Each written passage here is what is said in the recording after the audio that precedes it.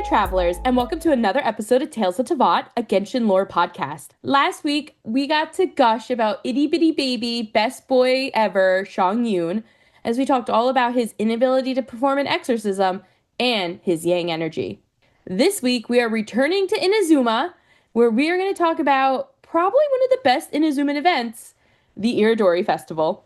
Are you looking for some ancient tales of the past? Or perhaps just a good time at the bottom of a wine crate? Well, head on over to our website, talesofteyvat.com, where Tiff has tramp stamped a crimson seal of visuals on each episode that we do. I'm going to tramp stamp my face on you. Ooh, don't threaten me with a good time. If you like what you see on our site, you should check out our past episodes as well. Each touch on important topics that we covered and gives links for some of our IRL mentions. And then we also include artist spotlights and some TikToks. Finally, feel free to email Albedo, who is going to be prominent again today, at talesteyvatpod@gmail.com to let him know what you thought of this week's episode and what questions you might have for us to answer during our Kirara mail segment. Albedo curates through the mail to make sure that there is no anthrax or other drugs, and then gives it to Kirara for safekeeping. Additionally, travelers can feel free to give us a rating wherever you listen to your podcasts, or check out our Ko-fi where you can buy us a cup of coffee, or check out our merch store where all proceeds go to funding the podcast, including late night editing sessions, caffeine for the twink tank, and our editing softwares. When you said Albedo is going to be prominent again today, did you tilt your head and press your lips together in a smug smile a little bit? And I curled ting. my hair. Batted your eyelashes. I got a lot of makeup on today. I really prepared. But normally I'm not dressed for these well. Well, I'm glad that you dressed extra for our special guest that we have too. So we are excited to welcome to Angel Share once again our favorite hilly troll and the only troll allowed in Angel Share. Thank you, Charles and D-Luke. Beefy! Yay! Surprise! They let me back in. Don't tell Charles. Took a little convincing. Yay! It's me, Beefy, one of 5 mighty talking hilly trolls that once ran a podcast and now is more than happy to come to Angel Share on the Tots Dime to talk about the occasional Genshin lore topic. I just finished cleaning my spilled Rainbow Aster slushie out of my Kujou Sara Ita bag that I got at Irodori. And now that that's all done and I got the milkshake out of my fur, I am very excited to talk about this event that I look back on very fondly. You may recognize Beefy if you don't from the Shade Chamber. You might also recognize her from episode 115, where we talked about Emblem of Severed Fate, the artifact set with all the crazy lore in it with Beefy, and episode 94, where we had Beefy on to talk all about Kujou Sara. As you can see, we like to bring Beefy on for Inazuma, because she knows it all. Much better than us, which is interesting, considering you live on the Jade Chamber. But I digress. It's fine. I may not be Gen Z, but you can call me an Inazoomer any day, fiends. I love it. I'm gonna get that on a shirt for you ASAP. Yeah. I will wear it. I'm like, what type of shirt does a troll prefer? T-shirt, tank top, sweatshirt? Anything that's chewable. Okay, no Oh, hood yeah. though, right? I don't think the hood would fit. And my big old head and my Yeah. poofy mane, yeah. You might need a zip up, honestly. I might need a zip up. If it doesn't catch on my chest hair, do we have that? It's been a while since I looked at a hilly churl. I mean the mirror. She's just hiding in that closet. It's hiding in that basement. Yeah. And when I am not on the basement, you can find me, my fellow churls and disgraced former podcasters. Just kidding. We're just not doing it anymore. And other like-minded individuals at our shared fun community Discord, Shades of Teyvat, the one-stop bastion for Tales of Teyvat and the smoking void formerly known as the Shade Chamber. My favorite void. It is my favorite void as well. But it was so worth it because when we Trolls made our podcast, we basically were most excited to amass a cool community of thoughtful, creative, chill Genshin fans. And the Tots had basically the exact same goal. And so in that, it was a success. We merged our powers, created this Discord, and hang out with really cool and neat people every day. Mhm. Yeah, I've made some really good friends from the server. So if If you're interested, the link will be in the episode description, but it's also on our website, talesoftevat.com. I always get that one wrong. And if you're interested in being Fiends' friend, give me a call and I'll let you know where you can fiend her. Very specifically, though, Tiff is going to vet the shit out of you. So depending on the day. No, every day. Every day. Tiff, if you're not vetting them, I'm going to become friends with too many people who want something from me. Like, I'm just going to say yes to everything, damn it. The people pleaser in me. Albedo's not here to protect me. You have to do it instead. Anyway, so we're really excited to have Beefy on today, despite my inability to say no to things. Oh, thank goodness. Yeah. It worked out.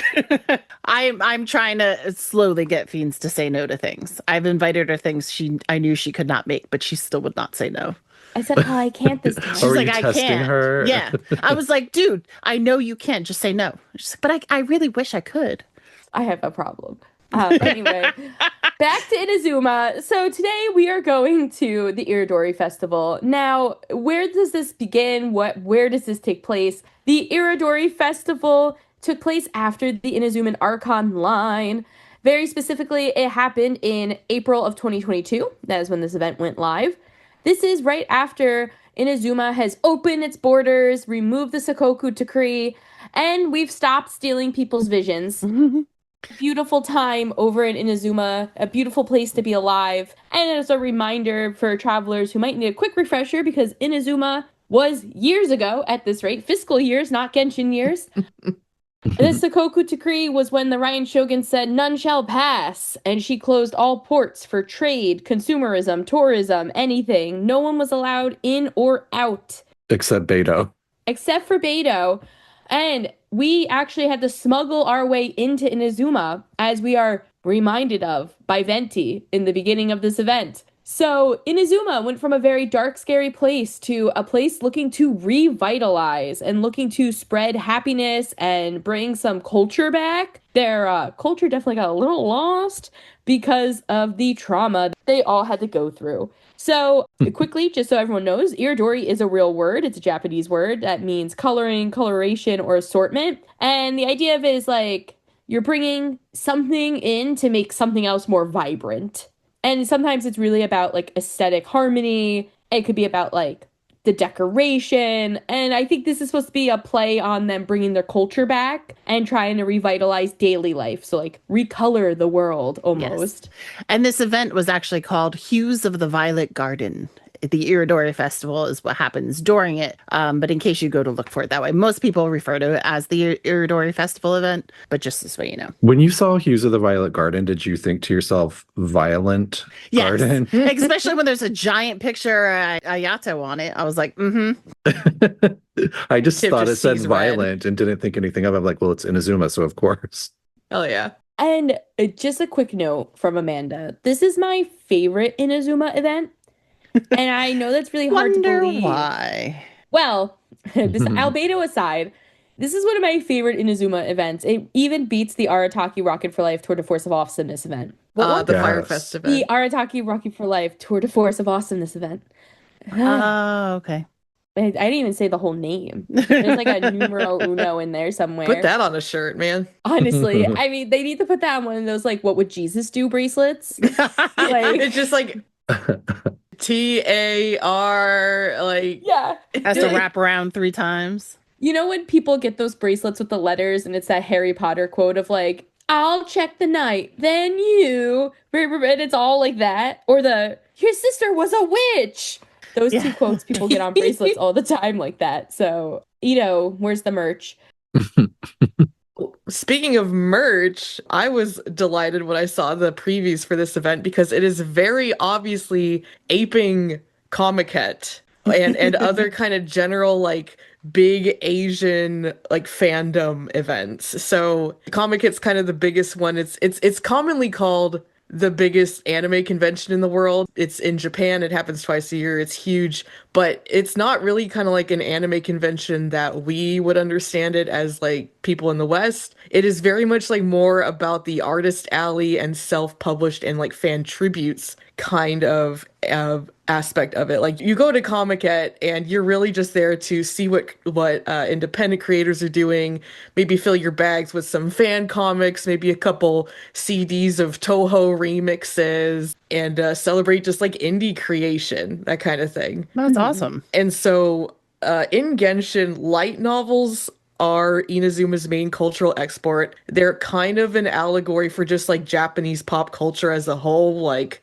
it's how you get like we are literally exporting anime and manga, but in a way that like kind of fits the world. And so it's fun that I think it was Yae Miko who came up with the idea. Yes. To convert the main grand shrine into this like basically a zine festival, I think is kind of like the best way to describe it. And Hoyo is full of otaku in the classic sense of the word. These people are very familiar with these like fan gatherings, and seeing this kind of translated to the Genshin universe was like a lot of fun. Also, I love that Yae Miko very clearly put all this together to further line her pockets. Oh, yeah. By, getting more notoriety for the Yae Publishing House.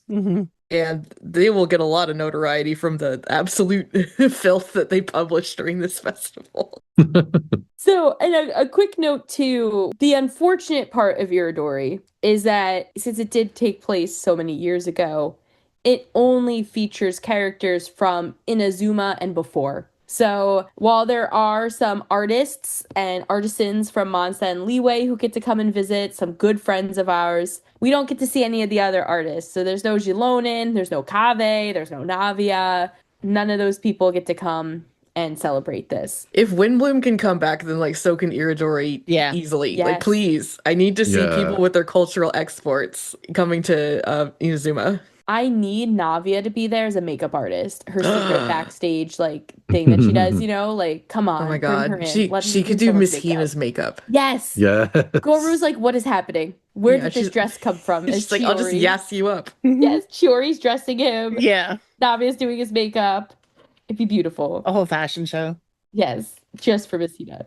But Fiends, you bring up a really good point, because I remember Irodori being the first event where we really see characters traveling across regions and interacting with people from other countries. And that's why it's one of my favorites. It felt really exciting at the time because we were not used to like the different regions intermingling with each other. So in a way, even though it's only 3 regions deep, it's still like, at the time, it was like, wow, people from 3 whole regions are coming together and like interacting and making friends and participating in a storyline. And that that felt really, really fresh. Would you say that it felt novel? Oh, God. I would say it felt Navia.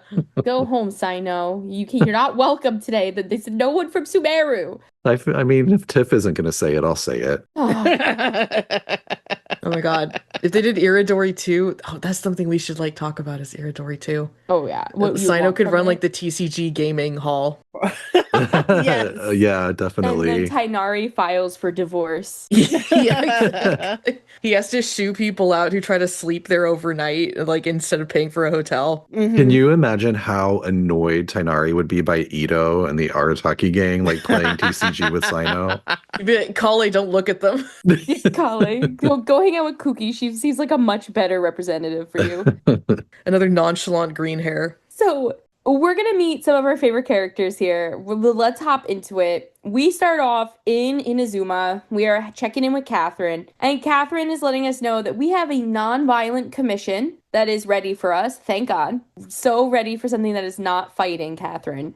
And she informs us that the Yashiro Commission and Yae Miko are in charge of planning an event that is about to go on, and that Yae Miko has specifically requested for us to help her plan it. Now, a quick refresher, because we haven't done Inazuma in a while. The Yashiro Commission is one of the 3 organizations that make up the Tri-Commission, and the Tri-Commission are the people in charge of Inazuma outside of the Shogun. It's Shogun, and then her 3 branches of government.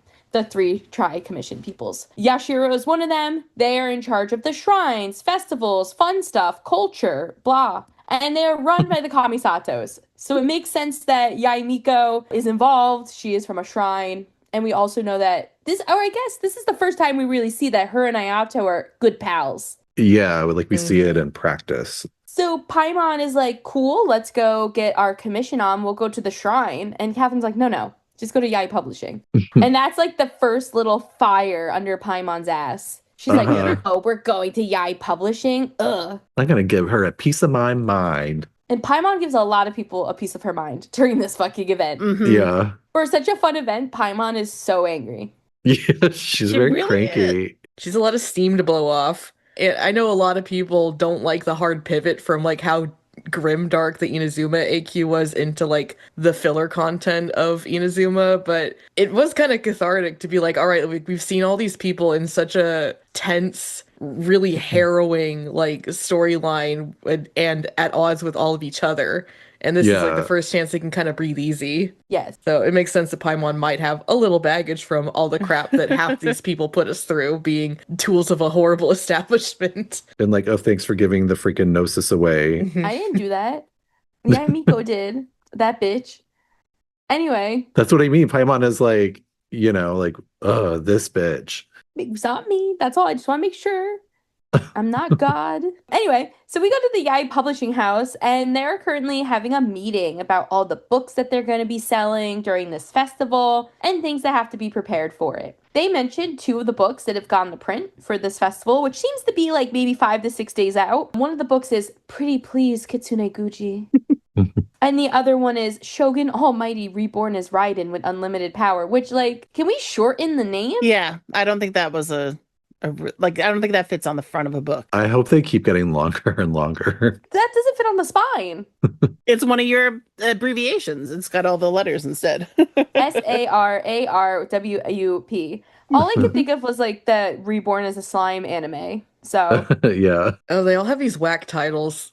I guess it's because like apparently people who browse light novels on a shelf like don't crack a book to like look at the summary, so they have to lay out the whole premise as the title. That's anecdotal. I don't actually know. I don't really particularly like this genre. But So. doesn't that make you wonder, though, like what their romance book covers would have to be for these light novels? It'd be like, she falls for him on page 67. Enemies to lovers. Like, that's the name of the fucking book. He dies. He dies at the end. She commits mass murder. Anyway, so one of the editors that is having this conversation is Onodara. And Onodara seems a little nervous, and Yae Miko is not making it any better. She is sneaking up behind him, whispering in his ear, giving him a sly look. I'm sure the tail was touching him somewhere. She's ridiculous. No one does any work in this stupid country. No, especially not Yae Miko. But she does tell us that she's working her ass off. Anyway, Onodara is mostly nervous about a release party they're doing. That was kind of like his idea, and he planned it. He doesn't really say why he's nervous. It's just the vibe he's giving off of. And Yae's like, don't worry, boo. This is going to be fine. There's nothing to be worried about. But I'm going to give you like a few days of vacation leading up to the festival so you can get your nerves together. Which my boss would never give me off a few days before a festival. Yeah. Never. This is when you work your ass overtime. off. Yeah. Unpaid overtime, baby. No lunch break. That's how you know Genshin's a fantasy. You can kind of tell from Onodera, the way he's acting, that like something, he's not sharing something, like he's hiding something or other. Which I feel like we meet Onodera in another event later on, and he does the same bullshit. Or there's like another editor at the Yae Publishing that also hides something. I'm like, guys, transparency. Wouldn't you hide things if you worked Yeah. for Yae Miko? She would be so mean. I don't know. I would be so scared that I think I would just blab. Like, blab. You'd be an open book. So then Yae Miko is like, shoo, little bugs, go do your thing to her editors, and we show up. And Paimon's like, oh, look at you, Yae, you should be over at the shrine getting shit together for this festival, and instead you're trying to make money and publishing books. Dumping all your work on us. Yeah, and making all your editors do all this stuff. And Yae is like, calm down, young Paimon. I'm working my ass off.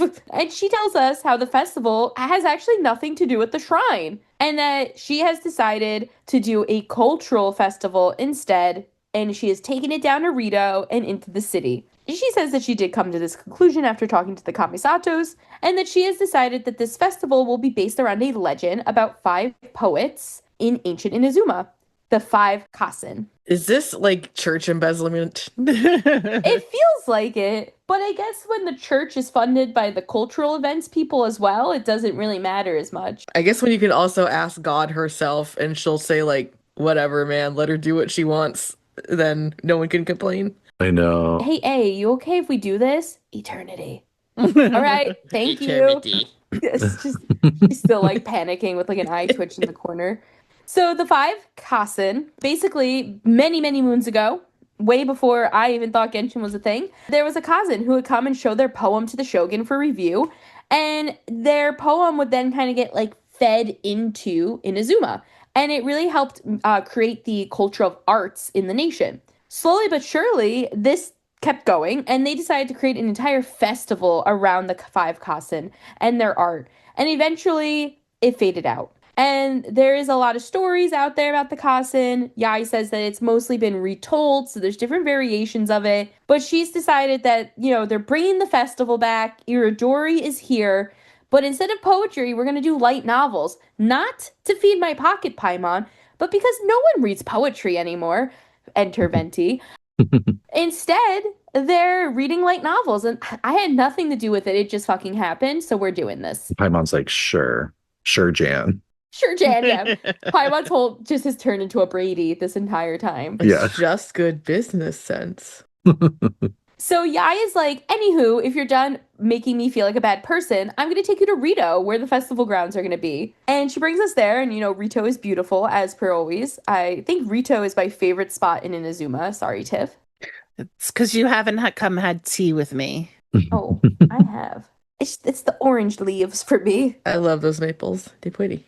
So Yae tells us that they're going to be calling the main festival area the Five Kazen Plaza. Paimon is looking around. She's like, what are these giant blank boards? And as Yae Miko is about to tell us, Ayato shows up. My least favorite Inazuman character, I think. Amen. Oh, poor Ayato. How can you hate someone so pretty? Because he's sus. That all it takes. Yeah, Brandon, what the hell?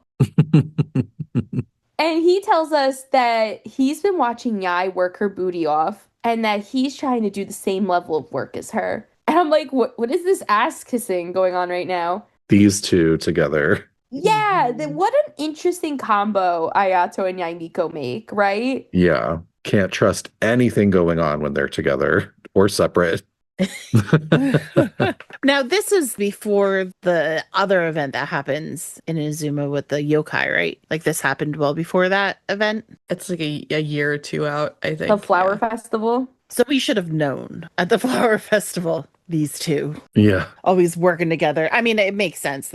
It's the shrine and culture, but when you put those two together, shit gonna happen. Yeah, the first Mikawa Flower Festival was in February of 2025. Whoa. So it was many moons later, but there was a lot of time in between the events. So we forgot that these two together meant trouble. Mm-hmm. But Ayato overheard us talking about the boards, and he's like, oh, we're actually having the five Kasens portraits painted, and we hired an artist from Mondstadt to do them. And I was like, oh, an artist from Mondstadt? What? Who could that be? Who? Oh my God. Blink. Gets mascara out. And they basically say to us, and that's one of your things. So here is our job for you, Traveler and Paimon. You are going to be in charge of meeting our guests at the harbor, welcoming them in, basically because you know their cultures and we don't. We want them to be coming into a new place, but have a familiar face. And even if they've never met you before, you'll be able to talk with them about Leeway or about Mondstadt, and you'd be able to show them around a bit. So we are now a tour guide. Yeah. Unpaid. And so we're given the schedule of what to do. And our first boat to arrive is Mondstadt. And this is going to have our artist doing the five Kazen portraits. And we are looking for Mr. Calx. Calx means chalk. Guess who that is? I love it that one of the bards is named Lyra, which is so close to liar. Like, I love how lazy they get with names sometimes. I'm Johnny Guitar. I am a bard. Well, Amanda was like shaking in her boots, waiting for Albedo to get off the boat. A bunch of bards get off instead, but Jose's not there. And neither is poor Tone friend. Deaf Bard. And I'm like, those are the literal only named bards I know at this point. Like, Who where are these other bitches? bards come from? How Is did that they a bard hear about school? them at this festival abroad Yeah. in a culturally enclosed nation? They're like, we need a Drew Liar.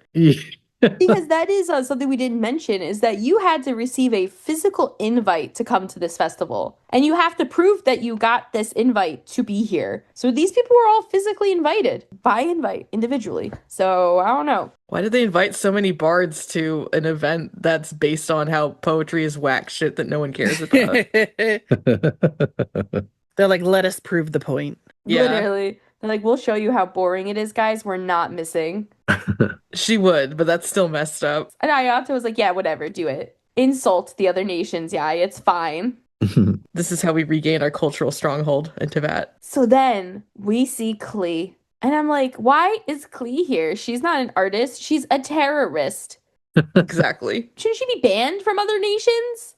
They don't know. They don't know the truth, man. So Klee gets off the boat and we're like, Klee, like, what are you doing here? And she's like, well, Albedo's here. And then we see Albedo. And she's basically, we find out that everyone in the Knights is too busy. So Albedo had to like write and get special permissions to bring Klee with him. He is very stressed out about the fact that he has Klee with him, though. He's like, I'm here to do this art under my pen name of Calx. And Klee is like super excited and she has all this energy. And I thought that maybe she'd be tired by the time we got here, but she's not. And I cannot contain her excitement. Were you excited when he said, like, oh, P.S., I'm going to be using my pen name Calx? Because if I'm remembering correctly, like, I felt like that was kind of like they took something like some obscure lore from one of the, books that we've read in game or something and actually addressed it in an event and sort of said it out loud, And we're like, oh, shit, I remember reading that he goes by Calx. Yes. And what was really fun about this, too, is it's the first time that really, like, the cross-cultural lore is brought into play. Because we all know now that Albedo, as Calx, does all of Xingqiu's artwork for his books. Mm-hmm. And so when we heard that Calx was here, and then we eventually hear that Xingqiu's here, we're like, oh my god, they're gonna meet. Holy heck. Yeah, Calx is gonna meet Zhenyu.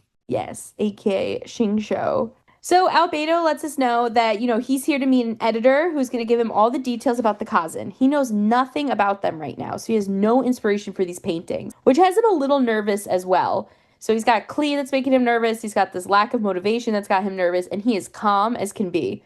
He also mentions how he just recently submitted the final art for the latest Legend of Sword book, and that he's really excited to see the art on the book because no one has seen it yet. He's like, yeah, like I sent it to them right before leaving here. So like no one has seen the final copy of the book yet. And I hear that like I'm going to be able to possibly meet the author here. So I'm really excited. So we decide to go with Albedo to go find the editor. And we leave Klee behind to rest. But we all know that is not what Klee does. I know. I was like, are you crazy? He was just asking for it. He's like, go bomb Rito. So we leave Klee behind to cause terror in Inazuma. And we go with Albedo. And as we're approaching the group of editors from the Yae Publishing House, we overhear them and they're talking about some random guy being in a warehouse and how some books are missing. And the editor who is investigating all these missing books is, of course, the editor that Albedo's looking for. Because nothing can be simple in life. Yes, Mr. Hirayama. So Albedo's like, hey, like, what's going on? They don't want to tell us, but Albedo's able to twist their arms, being like, well, I'm an artiste, and I have questions. And we find out that there was somebody trespassing in the warehouse where a lot of the books and things for this festival were being stored, and that they stole a bunch of copies of the latest Legend of Sword book. So now we're like, oh shit, that's crazy. But we're also realizing that this is our friend Xingqiu's book, and we're a little defensive. We're like, someone stole our friend's book. What the hell? Like, we can't let him find out. So we go to the warehouse to see if we could possibly help, and we run into Venti and Kujou Sara. And I just remember being like, what is happening? Two people you didn't expect to see together. No. Like, I remember being like, pause. What? Like, what is this? And she's like laying into him, and he's just standing there with his eyes closed. Because he's a little hungover. Yeah. Yeah. This is such like mall cop behavior from her, which I completely expect. Yes. Just Paul Blart. Absolutely. Yeah. Where's his segue? I would kill to see Sarah on a Segway. She needs one so bad. Someone could draw that. They gave Cloud Strife a segue. They can give her a segue. So, I'm just saying. And Venti's just kind of like, yeah, I am indeed the suspicious outlander in the warehouse. Yes, they're like, there was a suspicious outlander in the warehouse. Venti admits to being it. And Sara is sassing the shit out of him. And we're like, Sara, we swear he isn't dangerous. He is just a tone-deaf bard. He's just drunk because he went on the ship with all the wine. Yeah. So Sara is like, bro doesn't have an invite. We can't have him here. We found him in a crate of dandelion wine, passed out. With no invitation. With no invitation, in the same warehouse where these books were stolen. We look at Venti, and Paimon's like, you came here illegally? Like, you stowed away? And he goes, well, so did you. And we're like, all right. And Sara is giving us a look of like, what did you do? I'm like, Venti, how fucking dare you throw me under the bus after all I've done for you? And he's like, listen, Ayato invited me. I do have an invite, but I wanted to come over early. I snuck on a cargo ship, got drunk, and the next thing I knew, I woke up in this warehouse. He says that while he was passed out, however, he did hear some weird footsteps, but he didn't think it was unusual because he was in a warehouse and people walk in a warehouse. People do be in a warehouse. Which I was like, what a weird situation we are in right now. What is happening? And this is when we get Detective Albedo, I love it. who just like comes up with like the most ridiculous, like, oh, well, then that means this. And you're kind of like, huh? Like, it kind of seems like that would have just been a guess, but he knows. Because he's captain of the investigation team. Yeah, that But must be why. he didn't have the cool glasses and mustache that Paimon got in Fontaine. That's true. He's my second favorite detective. No, because he had a real title. He didn't need the mustache and everything like Paimon did. Everybody needs the mustache. They don't know about that in Inazuma. He should wear it when he's there. Mm-hmm. He just doesn't have the charisma to wear the mustache and the glasses. I'm sorry. Honestly, you're right, Untrue. honestly. Oh, you're saying Ayato should wear the mustache. Oh, yeah. Oh my God, can you? I would die if I saw him in a mustache. That'd be great. I might actually like him if he wore a mustache. Give him a full beard while we're I at have a it. lot more respect for him. But yeah, Albedo is like, so we learned three things. First, the thief planned this in advance. Second, they are familiar with the warehouse and might have a key. And third, they couldn't have stolen so many books on their own, so there's more than one person involved. And we're like, you got that just from Venti sleeping in a wine crate? Yeah. I was like, damn, and you know why though? Because this is a regular occurrence in Mondstadt. This is what he's used to dealing with. And that's when we're like, Venti, where the hell did you put your invitation letter? Stowaway, you naughty stowaway. I got threw up on it. He's like, Ayato really did invite me, guys. And after we get all this intel from Albedo, Sara is like, hey, Venti can't go because I still don't have the invite. And he's still here, not legally. And I love it that he's like, first of all, he's like, I don't remember where I put it, which of course he doesn't because he was blackout. But I love it that he's like, he clarifies that he didn't bring any luggage with him because why would he do that? And that the letter was too big to fit in his pocket. Which, what? So he's like, I know I put it somewhere safe, but I He can't has remember where. Maybe you put it in your diaper. In your diaper, Ah. Absolutely. I wish that was one of the options for us to guess. He just like looks at you for a full like text box. He's like, But I love it that when we're like, what do you mean? He's like, well, listen, when I was doing my taste test of, dandelion wine versus Inazuma and sake, I clearly needed to have a drink in each hand. Clearly. So I couldn't just hold on to my invitation. I must have put it somewhere.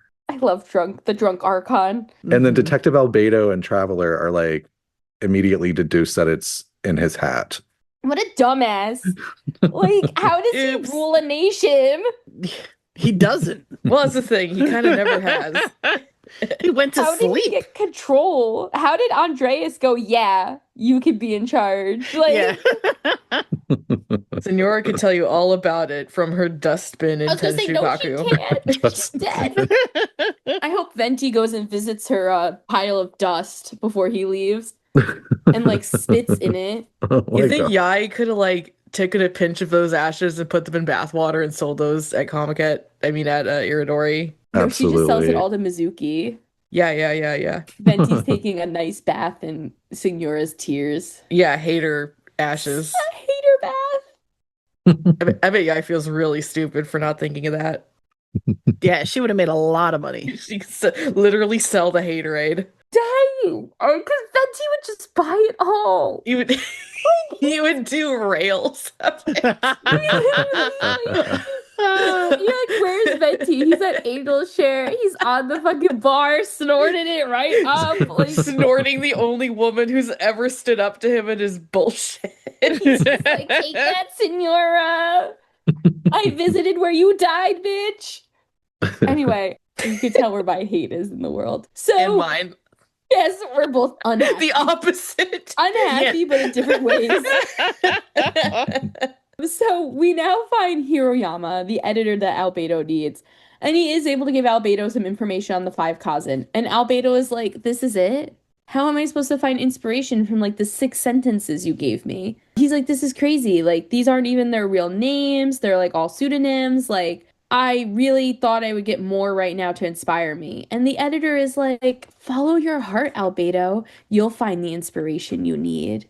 Release your inhibitions, feel the rain on your Natasha skin. Bedingfield just starts screaming in his ear. Always. And Hiroyama also tells us that the author of the books that have been stolen, The Legend of Sword, will be arriving tomorrow, and he is also on our list of people to get. And then we need to make sure he does not know that his books are missing. And we're like, oh my god, our dear close friend Xingqiu is coming? Fuck.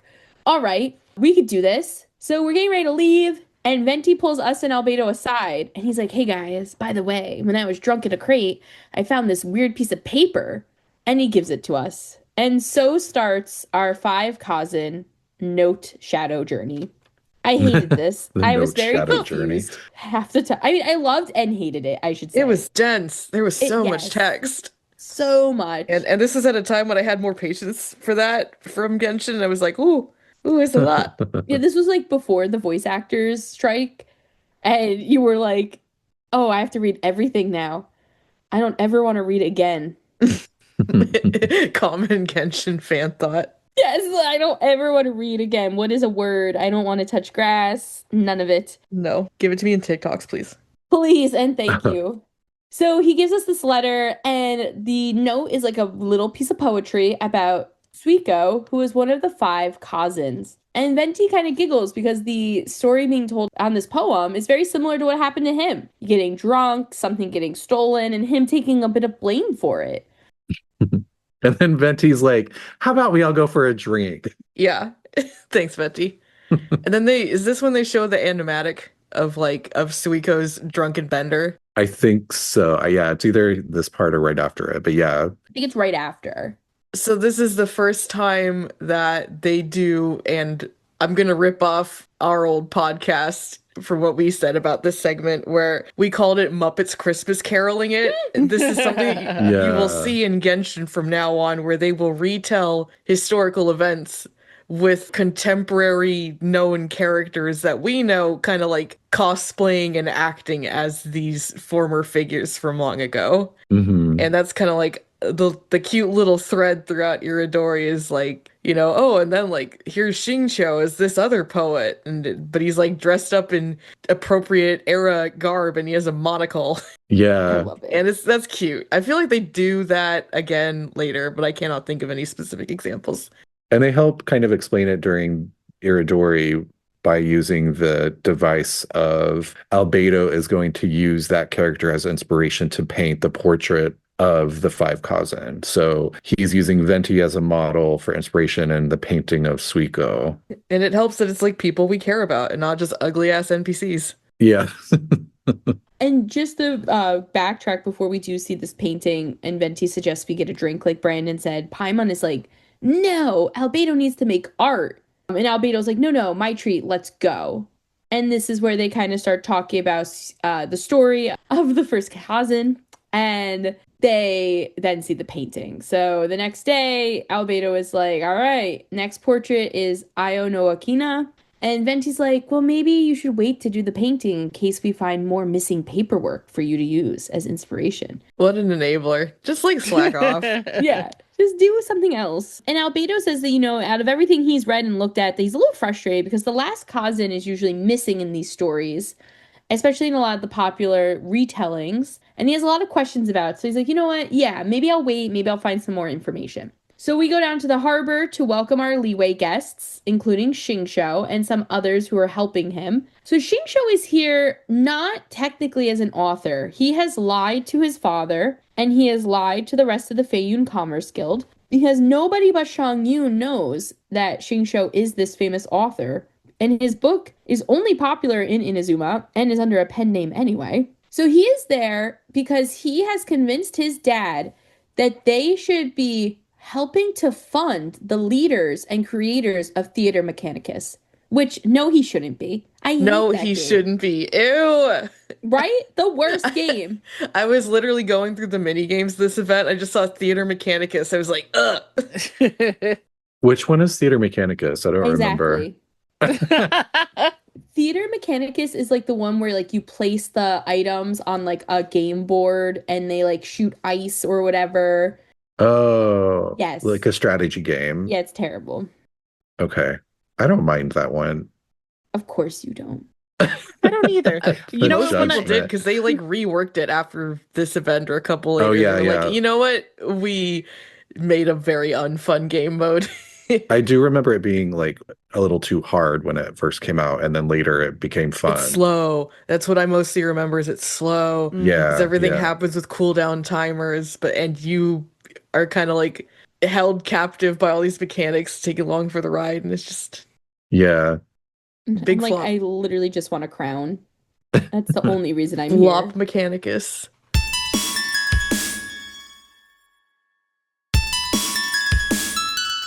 But yeah, so Xingqiu has lied, and that is what he's telling people. So as all these people get off the boat, none of them are Xingqiu. They're all other members of the Feiyun Commerce Guild, some of who we recognize we've worked with before. And we're like, where's Xingqiu? And they're like, oh, the young master, he's over there. And he's literally just asleep, sitting on a box. yeah, Poor baby. Like perfectly upright. yeah. His posture is perfect. What else would you expect from this captain of chivalry? Yeah. So we go over and we kind of are like, hey, Xingqiu, wake up. And he's like, oh, hello, friends. Yes, I'm just tired. He gets up and he goes to grab his bag and he finds a piece of paper underneath it. And he's like, huh. And it's another secret poem all about another cousin, Io no Akina. And so we're really not sure what to tell Xingqiu here because we don't want to tell him that his books were stolen. So Paimon comes up with a pretty bad lie. And she's like, well, Xingqiu, we found another paper like this because Inazuma is actually hiding them. And the person who finds the piece of paper gets to be a model for the artist drawing the Kazans. So now you get to be a model for this Kazan. And Xingqiu is so tired that he's like, cool. And he's like, who's the artist? And we're like, Calx. And he's like, Calx is here. My idol. My artiste, the man who draws for all my books. Show him to me. Bring him here. This is so like meeting a fandom friend that you've only known online, like coded, because they have never Yeah. met in person before this, even though they've collaborated on many works. They've only written letters to one another. So tragic. I understood their excitement. Yeah, it's cute. It's cute. I was like, yes. Anyway, so we are like, all right, yeah. So this is also when Xingqiu informs us that he lied to his dad about the whole Theater Mechanicus thing in order to come. And he's like, so don't tell anybody that I'm an author. And we're like, don't worry, boo. We got you. So we bring him to Albedo, and we're like, Albedo, Xingqiu, Albedo, except we're really introducing them with their pen names. And they are adorably awkward together. And they're like kind of fangirling about one another. And Albedo's like, I feel really awkward with you using my pen name. Like, we should be less formal because we're friends with the Traveler. And I'm like, oh, I'm glad I could bring you together. Stop using my Tumblr handle in front Yeah, of the basically. Traveler. So we introduce them, and Xingqiu gives Albedo the story piece that he found, the little poem about the Kazan. And we note that something really seems off with Xingqiu. And we start to make plans for dinner with him for later. And he's like, all right, well, I'm going to go unpack. And then Detective Albedo comes back. And he's like, this was weird. Why did Xingqiu know so much about the restaurants here? Detective Albedo. Yes, yeah. He was like, I'm on the mission. Something's happening. He's like, if you actually read the two notes together, it would imply that Xingqiu stole his own books. And I'm like, wow, he's so good. This is so good. And he's like, don't you find it odd that this is Xingqiu's first day in Inazuma? But he knew that the one restaurant might be too open concept and with the wind, and he was okay with going to a different restaurant. He had no questions about it all. He knows the restaurants. He's been here longer. I'm like, what? Albedo again? How? How? Yeah, I would not have picked up on these little things. I'd have been like, okay, here we go. I think this is what happens when you're made of chalk. Yeah. You just have a lot of time to think when you're made of chalk. Yeah, he probably doesn't sleep, right? Oh, that is a good question. He eats. He does eat. He likes the yum-yums. He likes spider legs and dessert. Spiders, yeah. He does eat spiders. He doesn't like meat. No comment. So while we're waiting for Xingqiu at the restaurant, we kind of eavesdrop on people to see if we get some intel.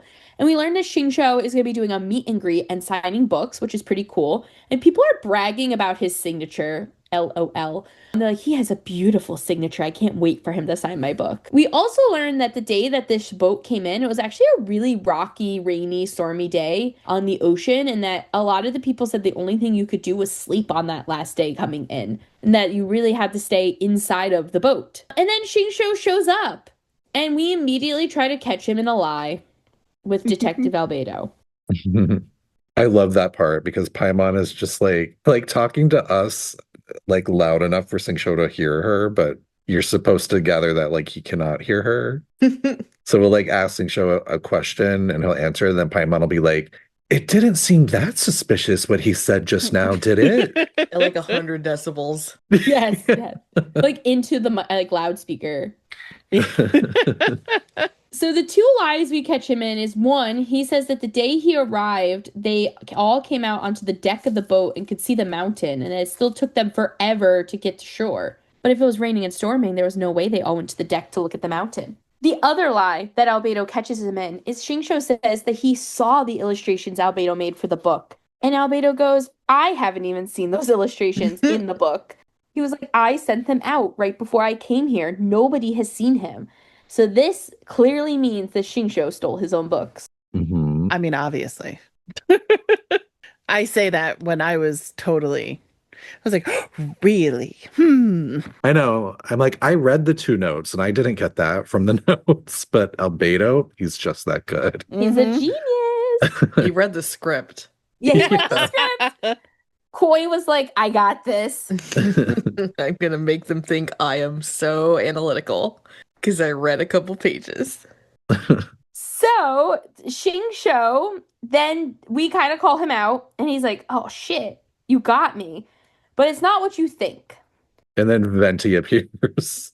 Yes, Venti does appear. So Xingqiu admits to us that he came to Inazuma early and is about to tell us why when Venti shows up. And Venti's like, hey guys, don't worry. All of the books have been found. And Xingqiu's like, what? You found the books that I stole? Yeah.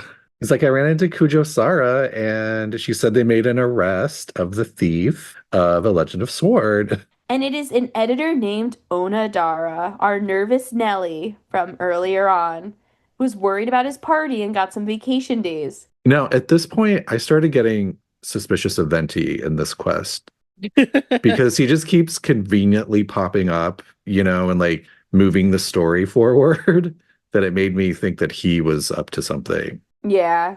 But, I'm no Detective Albedo, so I was wrong. That would be too motivated of him. Yeah, too intentional. I will say, though, toward the end of this, I did bring that back up into discussion because we find out that Ayato and Yae Miko had a bit to do with our little game. And we know that Ayato is the one who invited Venti. At least that's what Venti said. Chances are Yae Miko and Venti know each other.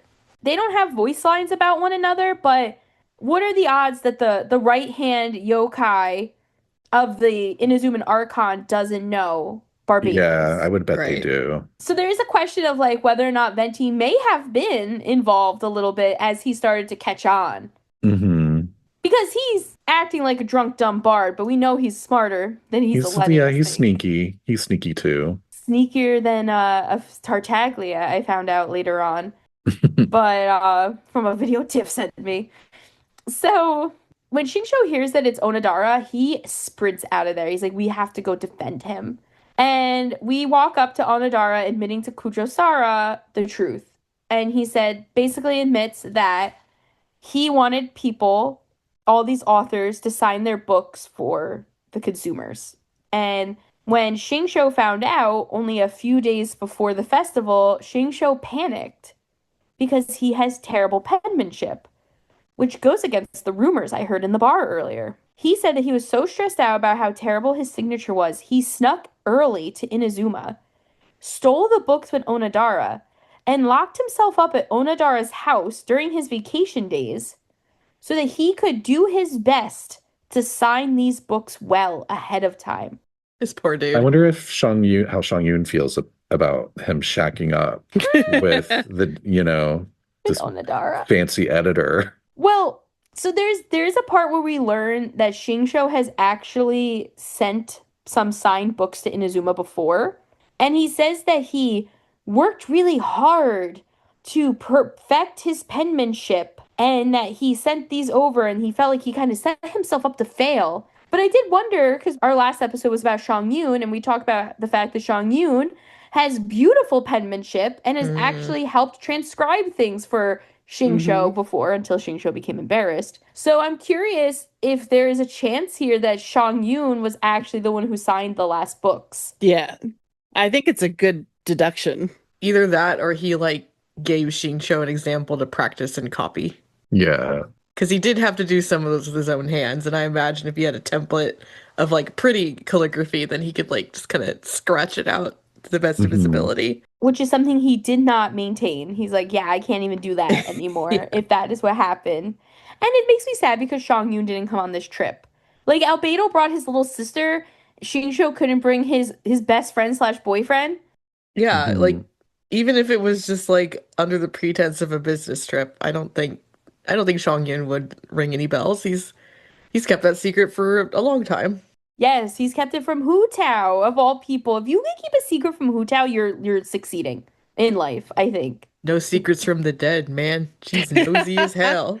And when he's also dealing with them, it would have been really fun for I wish Shang-Yun had shown up on the next ship, after Xingqiu, and then seeing Xingqiu getting himself into all this crap and being teasing him about it. Oh yeah. As revenge for all the pranks that Xingqiu plays on him. That could have been a fun moment. That would have been a nice opportunity for him to be well. Right. There was one other point too where I thought Shang-Yun was going to show up, but when that happens, I'll let you guys know. I was disappointed, obviously. So they are don't worry, Onodara is no longer in trouble. Xingqiu is embarrassed. They tell the other editors what happened, and the other editors are don't worry, boo, we could have worked together on this if you just told us ahead of time. So they schedule emergency calligraphy training for Xingqiu, and we don't see him for a very long time. Meanwhile, Albedo paints the second Kazan model, which is Xingqiu, basically. And we learn that story is all about how Io no Akina stole a page of poetry for some mysterious person. So he stole from the first person's book. Before that, when everyone's pooling their calligraphy resources together to help Xingqiu, sending him off to Calligraphy Academy, Venti mentions that we owe thanks to the mysterious person that's leaving the old poems about the Kasen around as clues for us, which, by the way, is another clue that he maybe was in on it. But we explain all of what's going on with those to Xingqiu, and that's when Xingqiu himself asks Albedo, oh, can I be in one of your paintings? And he comes up with some reason of that way I'll never forget this lesson that I've learned from all of this. And I was I think you're feeling it. I think he was more paint me like one of your Dutch girls. Not Dutch girls. And I will take it home and hang it on my bedroom wall so that I will always remember and be humble about this mistake I made. Yeah. Also, give me a 6-pack and maybe I'm riding a flaming horse. Yeah. I'll take a BBL, please. Can you like make sure that like I got Shang Yun's name tattooed right on my shoulder? Yeah. Thank you. He's like clinging to my legs like a Frank Frazetta cover. Yes. And I have like 80 swords. Yes, Yeah. yes. All floating around me. Yeah. Like Yanqing from Star Rail. Yeah. So at this point, we skip ahead and we get to meet Kazuha at the docks. And this is a big deal for Kazuha. This is the first time he has returned to Inazuma as not a wanted criminal. And for travelers who might need a quick refresher on Kazuha's whole thing, Kazuha's BFF / possible boyfriend Tomo, prior to the events of the game, went up and challenged the Shogun and was killed. Kazuha was there. Kazuha became a wanted criminal. They wanted his vision. He avoided getting his vision taken, and he fled. This was a very big deal because the Kadehara family was very close with the Kamisatos. So you kind of have like royal family, and the one royal family is now wanted criminals because Kazuha is the last of his family line. Yeah. And Kazuha's family, we will learn, has really been like slowly becoming worse and worse in the eyes of the public. They have lost a lot of their status. And so for Kazuha to become a criminal, a war criminal basically, and fleeing the country is a really big deal. And I think it's a little embarrassing for him because of his family. Mm-hmm. So this is the first time that he is back and he's not sneaking in on Beto's boat and he's actually getting to stand out in the open. I love how they were kind of like, okay, let's keep this moving a little faster, because when we meet up with Kazuha, there's like, oh, hey, like he's just standing on the dock, and then he just turns around and is like, I found this note. Like, hey, nice to see you. Look, I found a note. Note maker's like, shit, we're running into the festival schedule. We gotta chop this exposition. Yeah.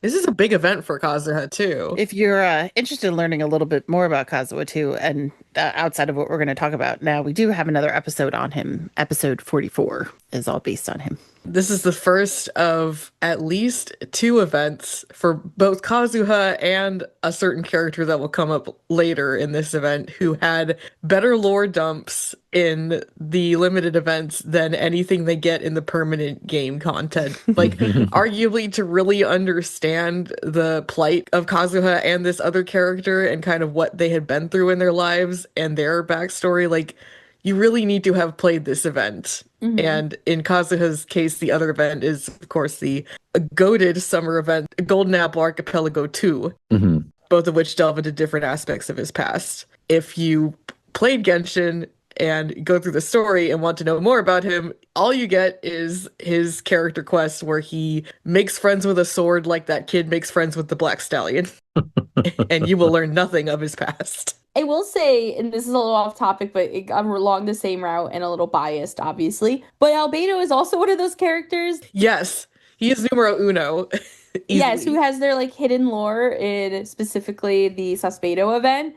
Mm-hmm. And I find it interesting because the character that will be named later and Albedo end up becoming besties over a mutual bond of their little brother. Yeah, they become in-laws almost. Yes, and we'll talk more about all of that at the end, but I do think it's interesting to compare those as well. I'd be like, what are we doing here? The 3 backstory boys. Yes, who just get no love at all. And if you didn't play in 2022, get fucked. Basically. Go read the wiki. Yeah. Or listen to Tales of Teyvat. Listen to Tales of Teyvat. I think mystery third character is the one they did the most legwork for after the fact because they needed to. He got a very prominent quest, and they were like, we need to write all this stuff down and put it in the actual game.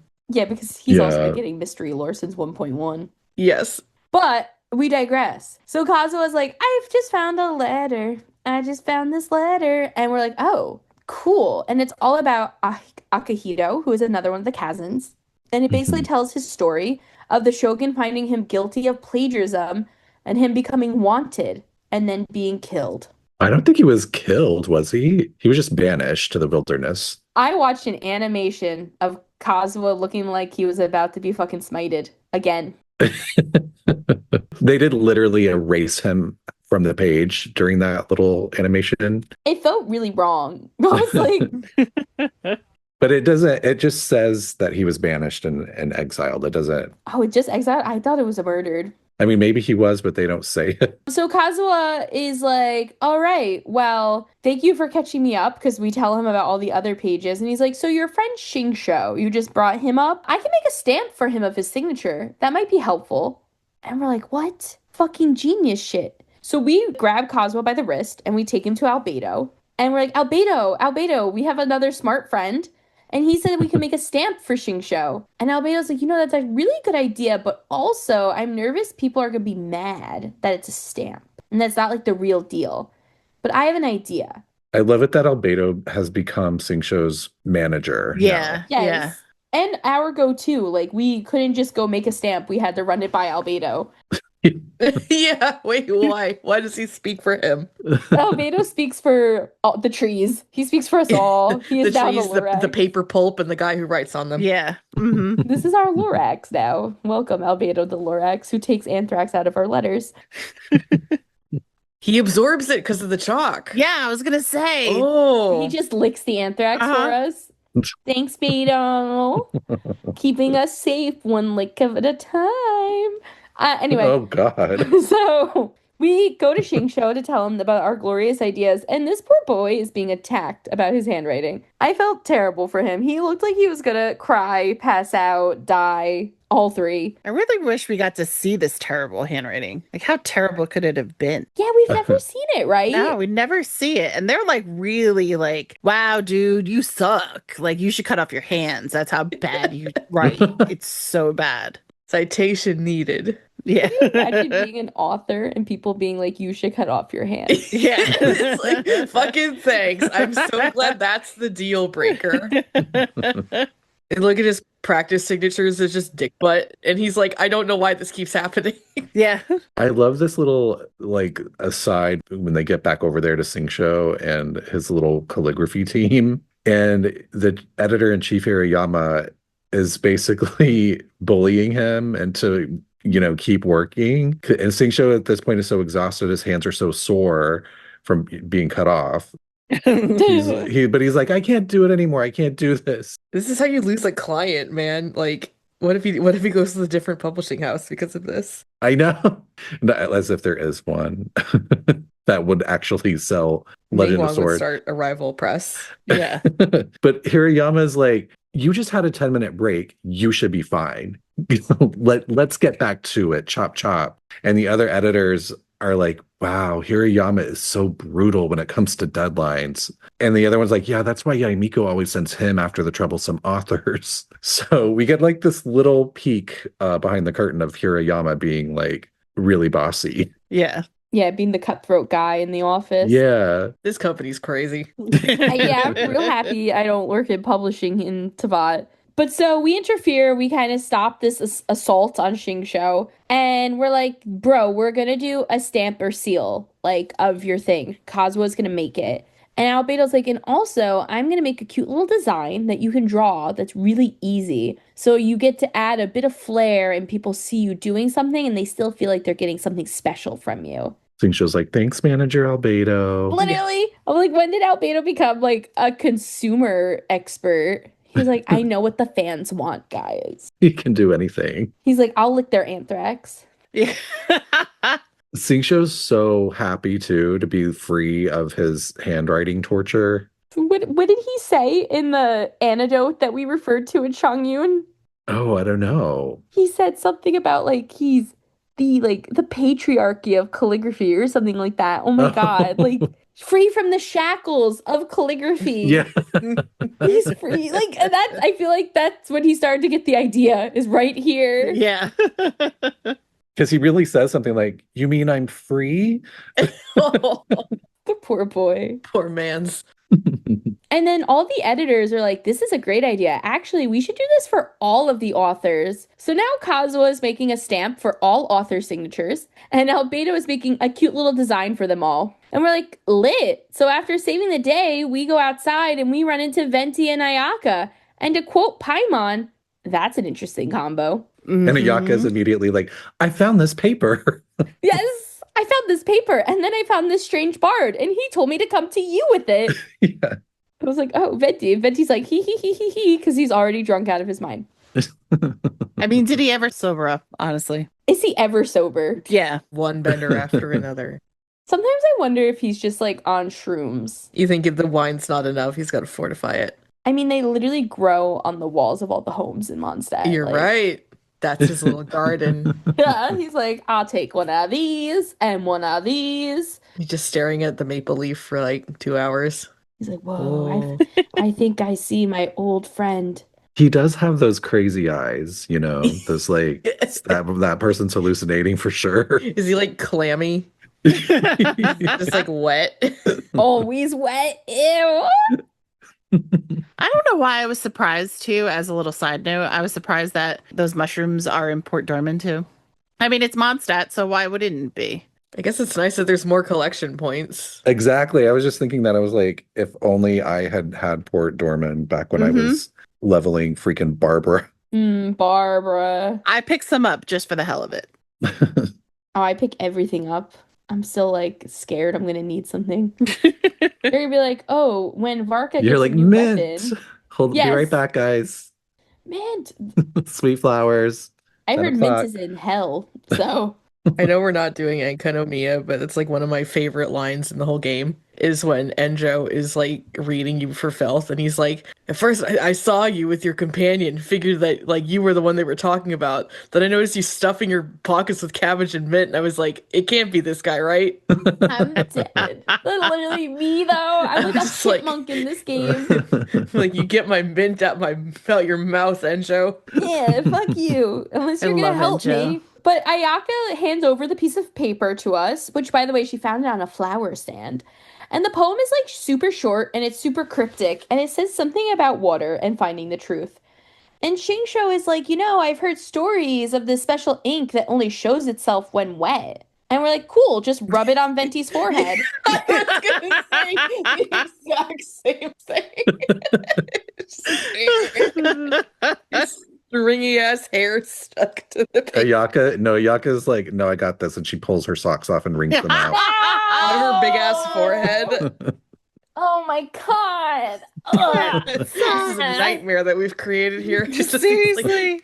the soggy squad. Oh my god. Which, by the way, we have a hydro user right here, but instead of using Xingqiu, we take it to a fountain, I think. We take it to a water feature, and we dip a piece of paper in water, which is so sus to me. Like, we could have destroyed whatever this piece of paper was, and no one gave a fuck. Because, like, maybe I was wrong. Oops. Yeah.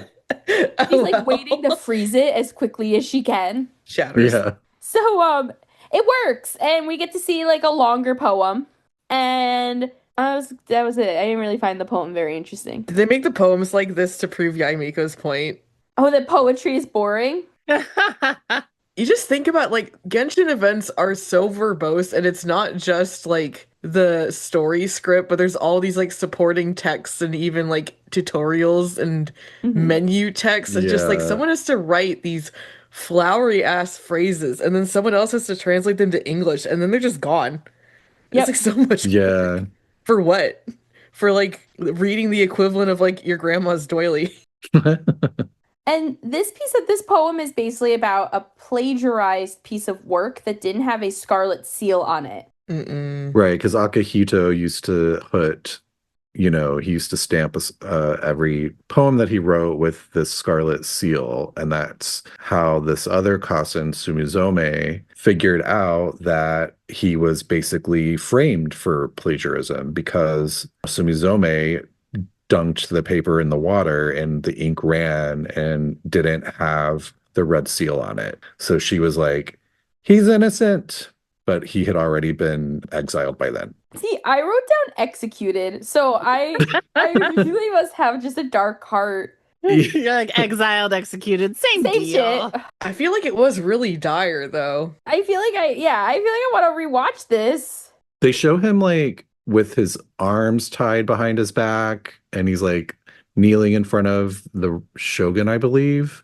Yeah, that's not something you do to someone you exile because you want them to go away. His image gets erased, but they literally say that he was banished to the wilderness. But, maybe that's just what they told people. Where Yae He's in a Miko better killed place him. now. Sorry that your bunny had to go live on the farm. It happens a lot in Inazuma. I'm rewatching it. I just want to see where I'm I got literally this from. also rewatching it. I know she like A Yeah, like it was throws exiled and they erased him. I was like, erasing? Execute. Sorry, guys, I have a dark mind. Oh no, I thought the same thing. So after we get the real poem, Albedo's like, so Kazuha, Ayaka want to be my next models? And they're like, sure. And then he literally drawed Kazuha being erased, like tied up. Like he draws Kazuha tied up. Kazuha's like, dude, leave me alone. It felt That was just wrong. his fantasies. I just met you. I'm gonna draw you tied up, like with no prior warning. And I was like, that's like what happened to Tomo. This is rude, Albedo. It was And like the one Kazuha's time, like, bro. whatever, man. Kazuha's like, all right, I'm gonna go hit the pipe. Yeah. Because we know he's gotta be high to get through this shit. Why else would he come here? This is also one of the few events with Kazuha where he's in Inazuma where you go, man, every time he's here, they bring up his trauma. But that's what made it so fun. So now Paimon is annoyed because, of course, she is. And she's like, so, like, where's the fifth cousin? Where are we going to get him? How are we going to know what he looks like? And Venti is like, the fifth cousin has been here the whole time. Oh shit, it's Sam Reich. And Albedo's like, yes, and this is the only person we haven't met yet in the IRL version. Where is their modern day version? And so we're all talking, and we kind of notice Kazuha off to the side, and he doesn't really look great. So we got to check on him. And he's all like stuck in his head, and he's talking about things in the past. And Ayaka approaches and goes, are you thinking of the Raiden Gokuden? Which this was the first major lore drop. Oh shit, your allegory was actually an allegory. Yes. And the Raiden Gokuden comes up again later on when we talk about Scaramouche's history in the furnace. So anyone who remembers the story of Niwa and all of that, these things all get connected. Yeah. So the Raiden Gokuden was a swordsmith, and they followed like 5 different types of like sword arts, and one of them was the Ishin arts. Yeah, I think the Raiden Gokuden was like all 5 of the different swordsmith schools. Yes, and Ishin arts was one of them, and the Kadehara were in that line of work. Kazuha says that his great-grandfather was the last Kadehara, though, to practice the Ishin arts. And that at the time, after he stopped practicing, Kazuha's family ended up, like, going downhill, and they lost his family's last property within his own generation. So Kazuha lost all of his family property. So it just went downhill from great-grandpa. And Ayaka tells a story of how back in the day, there was something happening, and people believed that someone or like a group were trying to wipe out the Raiden Gokuden, but it had only been a rumor. And Kazuha says he's starting to think that maybe that rumor had been true. And maybe not only was someone trying to wipe out the Raiden Gokuden, but maybe they were also trying to take down the Kamisatos. But he doesn't want to give us more details until he goes and figures some things out. I'm surprised Albedo wasn't like, I knew that. I knew that 5 minutes ago. All of a sudden, Albedo's an Inazuma lore nerd. He just knows it all. Like, maybe we should have Albedo on the pod. He's been there long enough. He knows everything. Ooh. So the next day, we meet up with everybody again, and Kazuha is like, hello. I met up with an old servant of my family. And I'm like, oh, I forgot you had money. And he says, you know, he starts talking about the Ishin art and how it was this very ancient art. And people approached his great-grandfather and the others who did the Ishin art at the time. And they asked them to make this ancient sword based off of a diagram. But they kept not making it right. Every time they did it, it was defective. And when the deadline came for the sword to be done, they didn't have one. And all of the swords craftsmen people fled because they were terrified of what was going to happen to them for not making this deadline. Which just goes to show you how lovely the Raiden Shogun was. Has always been. So Kazuha's great-grandfather, who was the head of the Kadehara clan at the time, and the Yashiro Commission decided to do an investigation, and the head of the Kadehara clan and the head of the Kamisato clan at the time, which would be Ayaka's grandfather, they tracked down this like shady craftsman who fought back. And this shady guy ended up really injuring the Kamisato, who later died because of the injuries. And the Kadeharas end up getting severely punished for their inability to stop this guy. Well, yeah, they go after like the fleeing Ishin craftsmen, but then they get ambushed when they get to where they were. Like there's like this big fight and they flee by water. But what really gets them is the ambush by this mysterious person. Yeah, that they were looking for. And A, who did nothing to help this, was like, what do you mean you fucked up, dungeon? Yeah. Where's my sword, bitch? Yeah.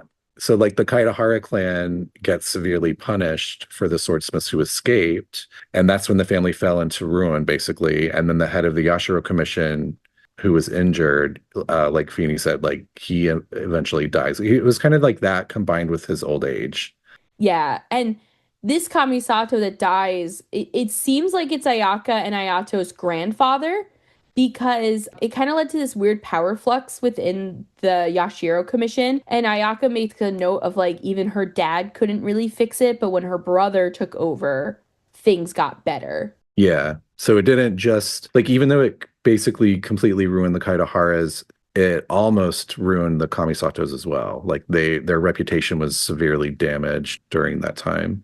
Yeah, but Boba Boy saved the day, apparently. Boba Boy. So Kazuha looks to Ayaka and is like, do you think you can find the original diagram for the sword? Like, do you think you still have that on file? And Venti's like, that shit's old. Hopefully it hasn't been tampered with. And we're all like, Venti, shut up. And Albedo was like, well, it definitely was tampered with at the time. Like, your clan was definitely framed. Because he knows. Like Brendan Yeah. He knows. Yeah. He just knows. And Kazuo also informs us at this point that his great-grandfather and his grandfather later fought over bringing the Ishin arts back. And his grandfather really wanted to bring it back, and he attempted to make this sword again and just continued to fail. His great-grandfather told him that there was a secret within, and if he could figure it out, then maybe they'd bring the Ishin arts back. But if if you can't find the secret within, then the Ishin art deserves to fade from the world. So the grandfather and the great-grandfather get into this huge argument, and the grandfather flees. And he never gets to talk to him again. Yeah. Albedo, when he hears this, really harps over the secret within part of the story. And he's like, it sounds like your great-grandfather knew that, like, this had been tampered with and that something was wrong. And so Kazuo's like, you know, when I fled, all of my stuff was taken into jail. Basically, you know, the cops came and collected all my belongings. And he's like, if we can go to the warehouse where all of my stuff is stored, we could probably, like, go through it and maybe find some hints while Ayaka is looking for this diagram. And she does find it and proves that it was tampered with. Yes. So she finds it. We all go to talk to Kujou Sara, who is like, ew, look, it's the ex-war criminal. But she agrees to let us into the warehouse to look over Kazua's stuff. Kazuha is way too nice to her during the scene. Yeah, I think it just makes her uncomfortable too. Yeah. She's just like, I think he knows it too. He's like laying it on thick. Like, yeah, it's like, why don't you open up the I don't know, evidence locker, and we'll rifle through all the stuff you wrongfully took from me when you exiled me. Why don't we? I think you owe me about that much. And she's like, And she thinks at first he's coming to claim the items. And he's like, no, I just want to look at them one last time. no, I'm not gonna like help you clean out your damn locker. It's still gonna be your problem. I'm here to look at them and leave them forever. Fuck you. And then he tells her to give the belongings to use them to help the poor. And Sarah's just like, God. He gave her homework. Yeah. Awesome. And he's just being so classy, and I look like such an asshole. Yeah, Sara tries apologizing, and he's like, nah, just sell my shit and give it the money to the poor. Give it to Ito. He's like, I know what it's like to be poor because of you. And this is reminiscent of what happens during the first Mikawa Flower Festival event, too, with A. You know, there is a part of the quest where you can be Kazuo running into her. Mm-hmm. And he's like, I'm not even going to go talk to her. I'm going to walk the other way. And then she says to the traveler, like, oh, I should probably say something. And you're like, nah, it's good. No, just let it be. Which, like, good. People get over stuff really quickly in Genshin, so I'm glad he's like, I've got nothing to say to her. He's also high, so he can't really think about it Oh my, too much. yeah. He's like, I don't need that heat. I'm going over here. So we go to the police station and they let us into the warehouse. And the guy's like, listen, like, I marked everything that's yours, but it's kind of split up in the warehouse. So you're going to have to, like, look around. So we split up the party to cover more ground. And basically, Ayaka finds Kazua's childhood sword. Xingqiu finds old books on smelting, forging, and flowers. Venti finds pots he hopes have alcohol in them. Albedo's like, yeah, there's nothing of value here. But the screen that Albedo was standing in front of matched his character card very well. And then Hell yeah. Kazuha is like, I found something. And we're like, thank fuck. Someone did. He's like, it's pot. Oh, it's Yeah. a flower pot. Flower pot from his great-grandfather. And basically, like, when his grandfather got sick and wasn't doing swordsmanship anymore because he was, like, depresso about that, he started to take up bonsai tree care. And there was this one plant that, like, he wrote in his will that this plant, even if it dies, should never be thrown out. Yeah. And this is the great grandfather who did this, right? Mm-hmm. It's a real, like, there's always money in the banana stand Yep. moment. Mm-hmm. There's always money in the banana stand. Imagine if Kazuha, like, broke that planter. He's like, Yeah. yeah, forget the past.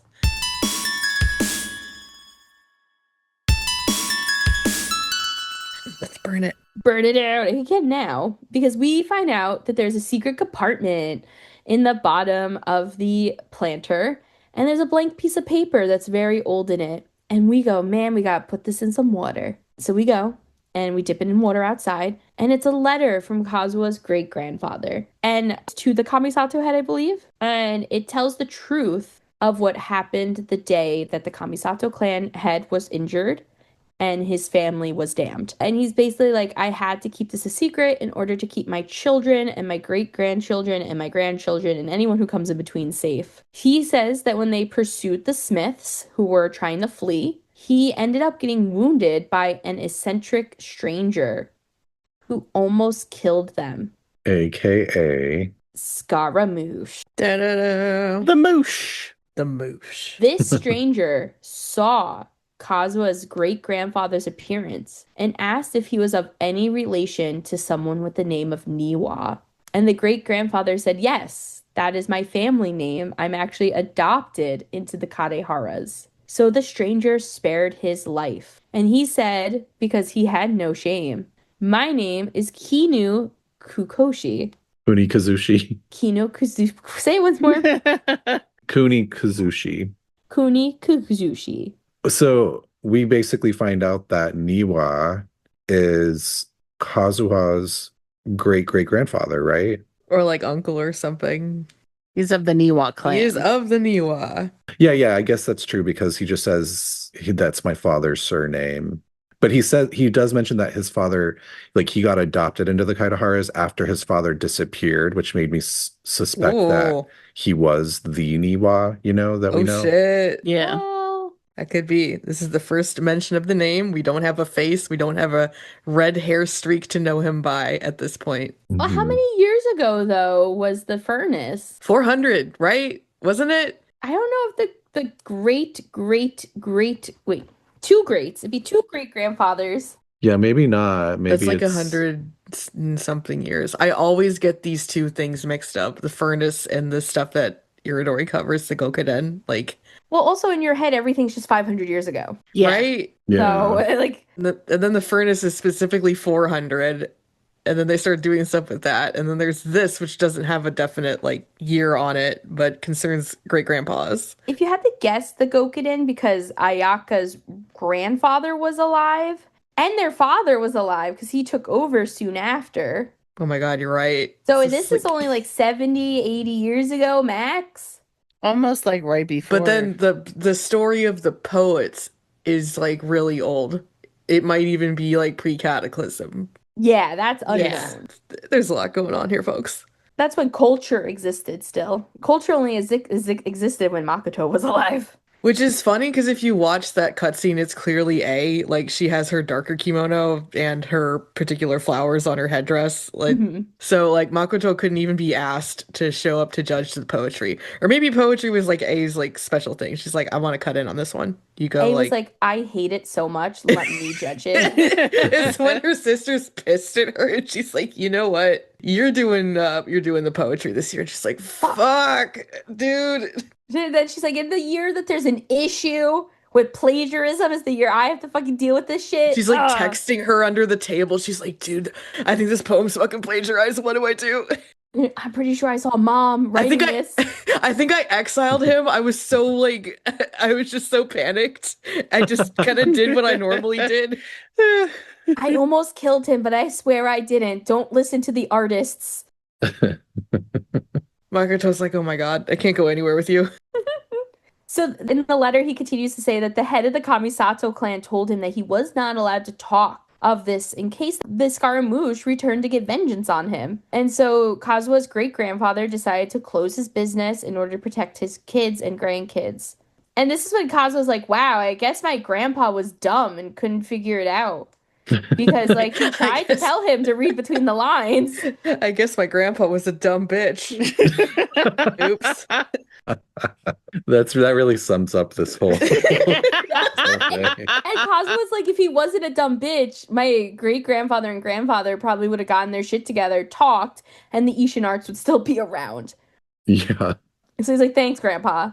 And Ayaka's like, oh, shit. This is crazy. I'm going to go talk to Ayato and see if we can figure out who Kuni is. And she leaves. So then we decide we're going to go the next day to the festival. Yay.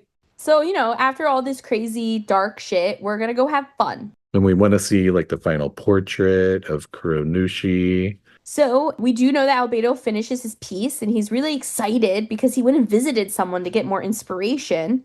And he's going to unveil it later. We can come back. We're not allowed to see it yet.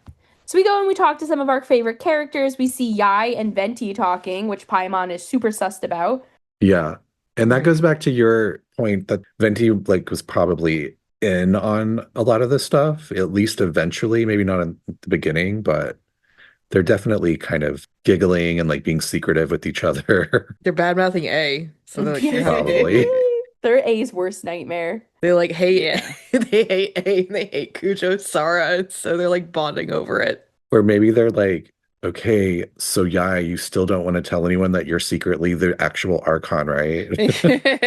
No. I got rid of the gnosis for a reason. We find Kazuha. He's not at the festival, but down at the harbor. And he's like, thank you for checking in on me. I'm okay.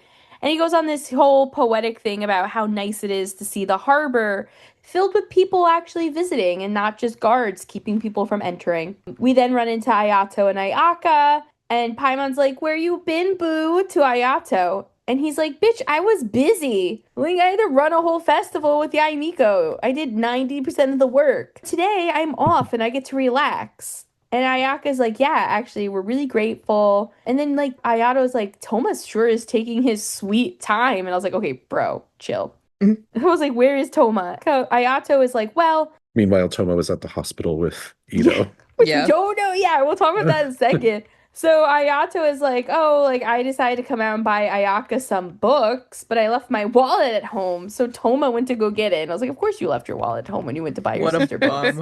You'd think that they would take credit. You know, they know them. I'll just pay you later. Or send the bill to the Yashiro Commission. Well, you got to remember, these are like artist alley tables. So they're like, are you kidding me? I have to keep track of this. So, like, first off, cash only, or else we have to charge you taxes. Mm-hmm. We take Stripe, though. And Ayaka also says that her and Toma really cherish when Ayato has these forgetful moments because it means it's the rare time that he's not busy. So they're kind of suggesting a character trait of, like, when Ayato isn't working, he's a little airheaded. Yeah. And that his family likes that. I remember the jokes when Ayato came out was like, finally overworked Genshin man. Yes, finally. Dean is like, you could take all my work because Varka still isn't. Yeah. Literally. And then we go to Xingqiu, who is still at his signing event, but says that it went off without a hitch. And he thinks that all the people are really happy. But he does say that he was keeping an eye out for people from Leeway because he was really worried about outing himself to his dad as an author. And I felt like that was an interesting allegory of like Xingqiu's most likely queer storyline. Yeah. And so I was like, oh, my baby boy. But this is also when I thought maybe he was looking for Xiangyun. Like, maybe my boo came. Where is he? And then he wasn't there. So sad. It reminds me of when his brother found those books under his bed. Yeah. Magazines. Yeah, the magazine. You know, they never talk about like the romantic content of Legend of Sword, but maybe that's part of the shame of like, I can't let my dad think about this. Oh my God, I didn't even think of that. That's why he gets so flustered in that anecdote when Xiangyun is transcribing it. Oh my God, it's like, no. He's like, this is my fantasy, stop! Dying of cringe. And Xiangyun is like reading it out loud and is like, Yes. and then he removed his space helmet. Yeah. The Xiangyun's like, what's a space helmet? Yes, exactly. Then finally, it is time to unveil the final portrait. And when Albedo removes it, there is no character. There is only landscape. And Albedo's like, thank you all for trusting me with this project. And Paimon's like, bro forgot something. He unveils it and it's a banana duct taped to the panel. Yes. It's like, this is very avant-garde. I decided to like take it in a new direction to symbolize the uncharted frontiers of like modern work. Monkeys. Yeah. Albedo is like, we talked to him separately, and he's like, I just feel like Kuronoshi is the deepest character in this group.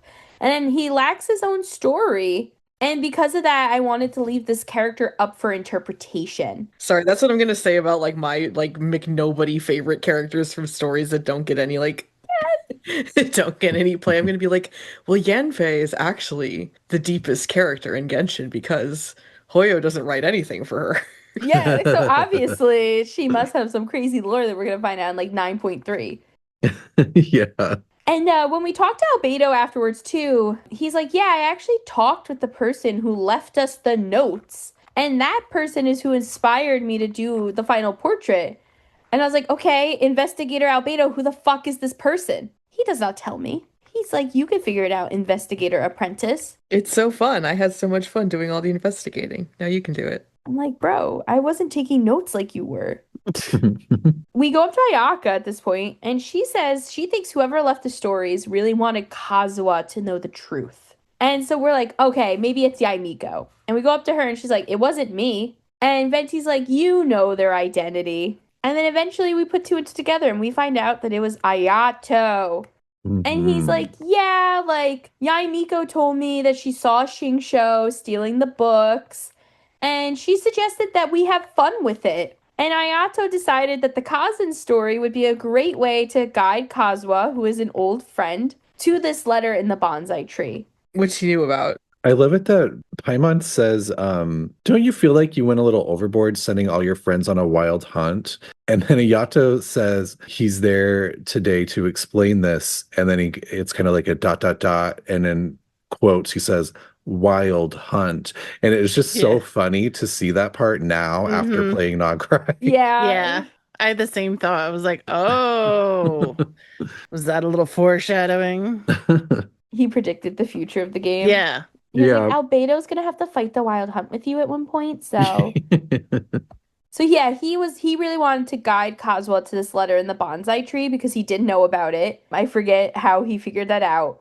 But he really wanted not only Kazuha to know the truth, but Ayaka to know the truth. And then he kind of says something to us like, there's more to the portrait that meets the eye. So what do? We go and splash water on Albedo's artwork. Sara freaks out, calls the guard, gets thrown out of the convention. It really does feel like you're throwing art on like the Mona Lisa for like a second. Oh, the soup.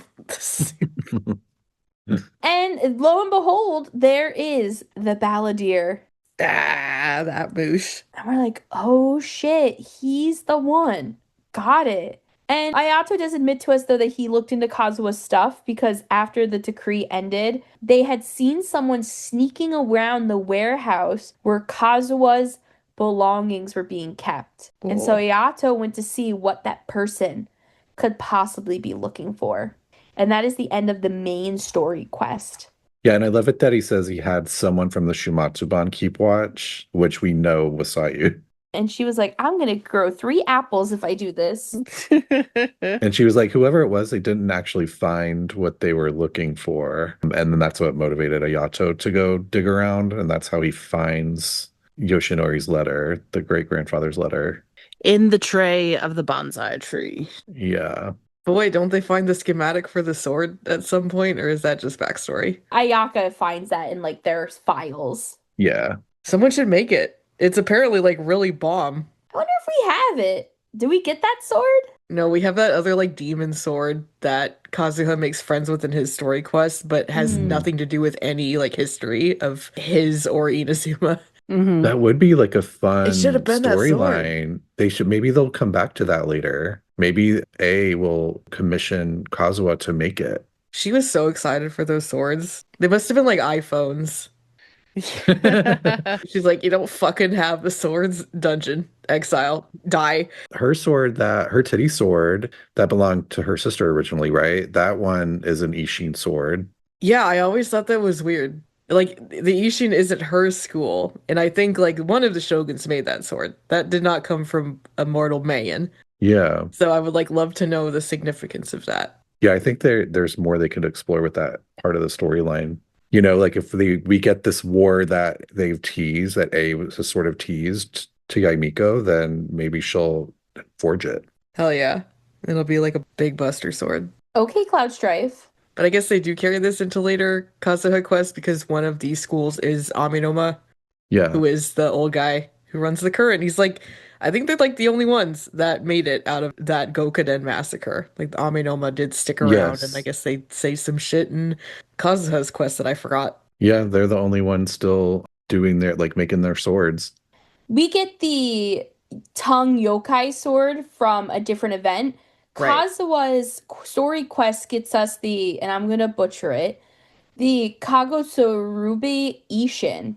Ishin, oh shit. This famed blade was born in a nation to the far north, but in the name of Ishin, it was stained with many a dark deed on its homebound journey. So on its way home to Inazuma, it killed a lot of people, apparently. So I don't know if this is possibly the sword. Do you think this is the sword that is taken over by a yokai at the same time? Yeah. This is the one that like talks to you? Because we can't just have a normal sword. Yeah, so Ishin is the art that he revived. And yeah, Kaidahara and Niwa practiced it before that. So that was like his thing. He made the legend come back to life. I'm going to read this off the wiki, so take it with a grain of salt, because sometimes they draw connections that might not have sources. But let's take a look. It does say, after sabotaging the Ishin swordsmith's attempts to make an important Goshinto blade for the Raiden Shogun by tampering with the blueprint she had given them, Scaramouche and the Fatui granted the swordsmiths refuge by taking them into self-imposed exile to Snezhnaya. No! So they made it in a gulag. No, he took all of it and gave them borscht in return. No. It was one of the ones who fled Inazuma. They went to Snezhnaya when Scaramouche was like destroying the Ishin art, and they forged that sword there out of regret for fleeing. And that's how it becomes like cursed or whatever. Super and he used the cursed. power of Tatarigami to infuse the blade with his own consciousness. Oh, that's the one we get during Kazua's story quest. Yeah. The Kagosurubi Ishin. Okay, Mhm. so it does kind of harken back to stuff that happens in Irodori. It's not like the one Mm-hmm. that they were trying to make. And, woe betide you if you don't know what happened in Irodori and you play his story quest. Now, there are some side stories going on during all this main storyline. And they're smaller for the most part, but they're cute. They were so awesome.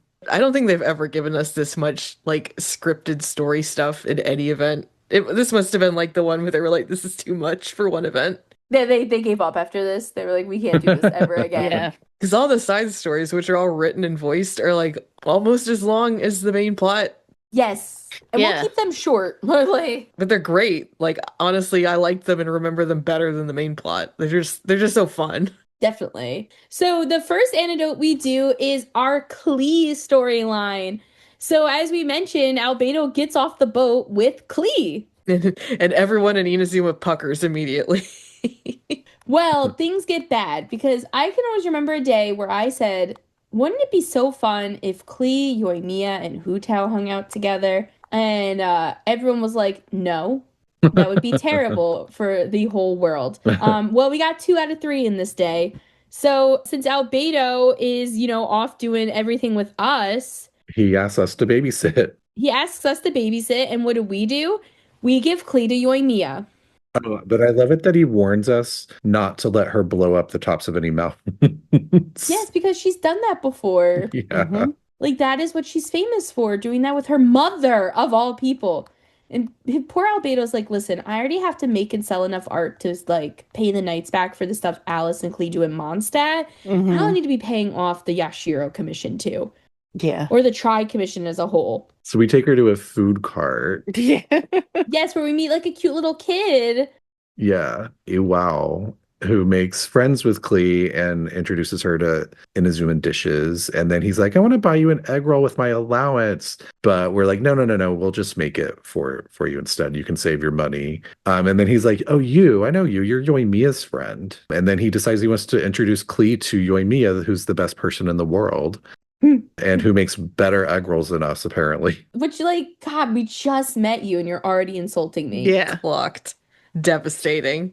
You're probably right, but fuck off, kid. Like, You don't know me. So we meet up with Yoimiya, who's sad because fireworks are banned during the Irodori Festival. And she's like, I have no reason to live now. yeah, why do you think they banned it? Like, that sounds so silly. I think they even said That's a that's lot like of the paper. Oh. It's too flammable. Like the whole place will go up in flames. Like, everyone comes to Inazuma for the fireworks, man. Like, They should just have a bonfire for all the shit that doesn't sell at the end. yes. Yeah. It's just so funny because Yoimiya and Klee are both like, ugh, the whole time, like, oh, I wish we could play with fireworks. Yeah. I want to blow things up. And it's like, thank God they were out. Like, thank God the fireworks were banned, like, during the time that they met each other. Yeah. Oh, yeah. Or else they would have been meeting Hu Tao. It would have been a diplomatic incident. Yeah.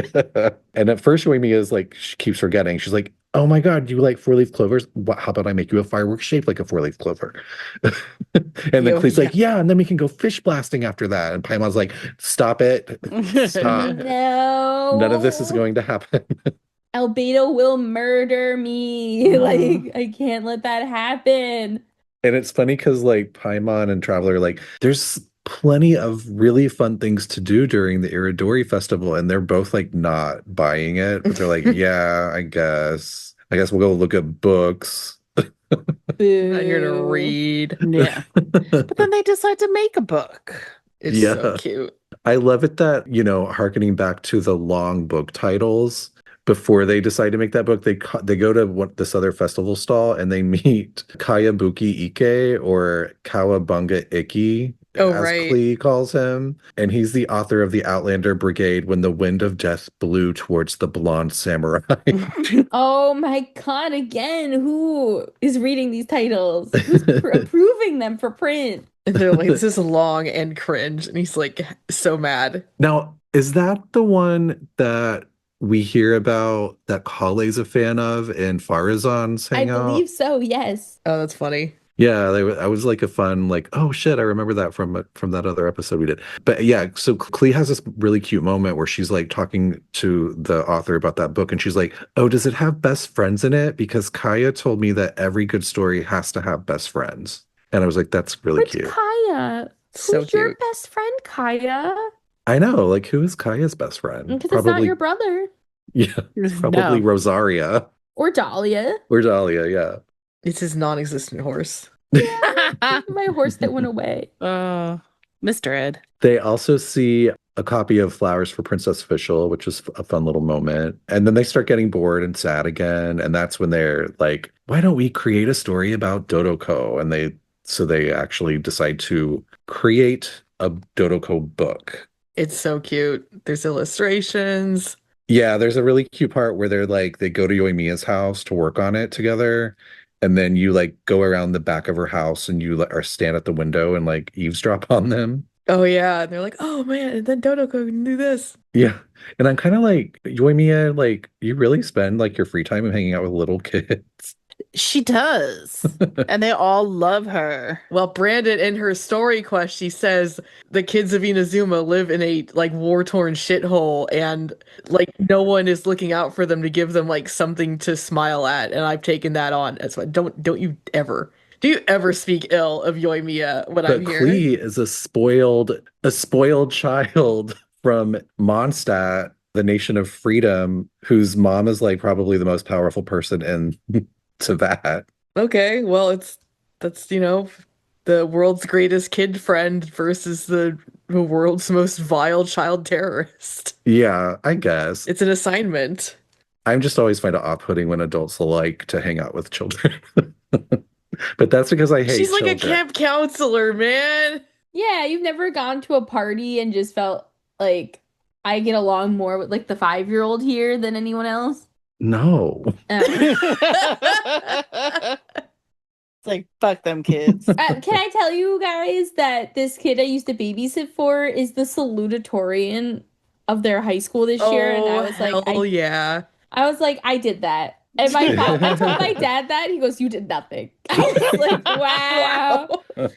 I was like, years of playing pirate with him really did nothing. That was all that kid wanted to do, man. All he wanted to do was play pirate. It sharpened his, creativity and his analytic skills. Yeah, I'm the reason he's the salutatorian. Anyway, in this speech, I will. Yeah. So Yoimiya and Klee, her bestie, they get into trouble with the printing of their Dodoko book. Which of course they do. They don't understand how paper works. They like to burn it. Yeah. They're talking to Aratani, and Aratani's like, we cannot print this. We are way behind. We have the printing press working overtime. This is just not going to happen. You can't put pipe bomb instructions in a book. Yeah. Go to a different store and sell it, damn it. Yae Miko conveniently appears and sees, a very impassioned Yoimiya declaring that she will find a way to get it printed, even if she has to just paint every copy herself. But Yae Miko offers a solution. How about you make that story shorter, and then we will include it in the printing with another book, which we then, of course, find out ends up being the Teyvat travel guide. And Yae Miko did this on purpose so that she could sell 2 works together as a mother-daughter collection. God damn her.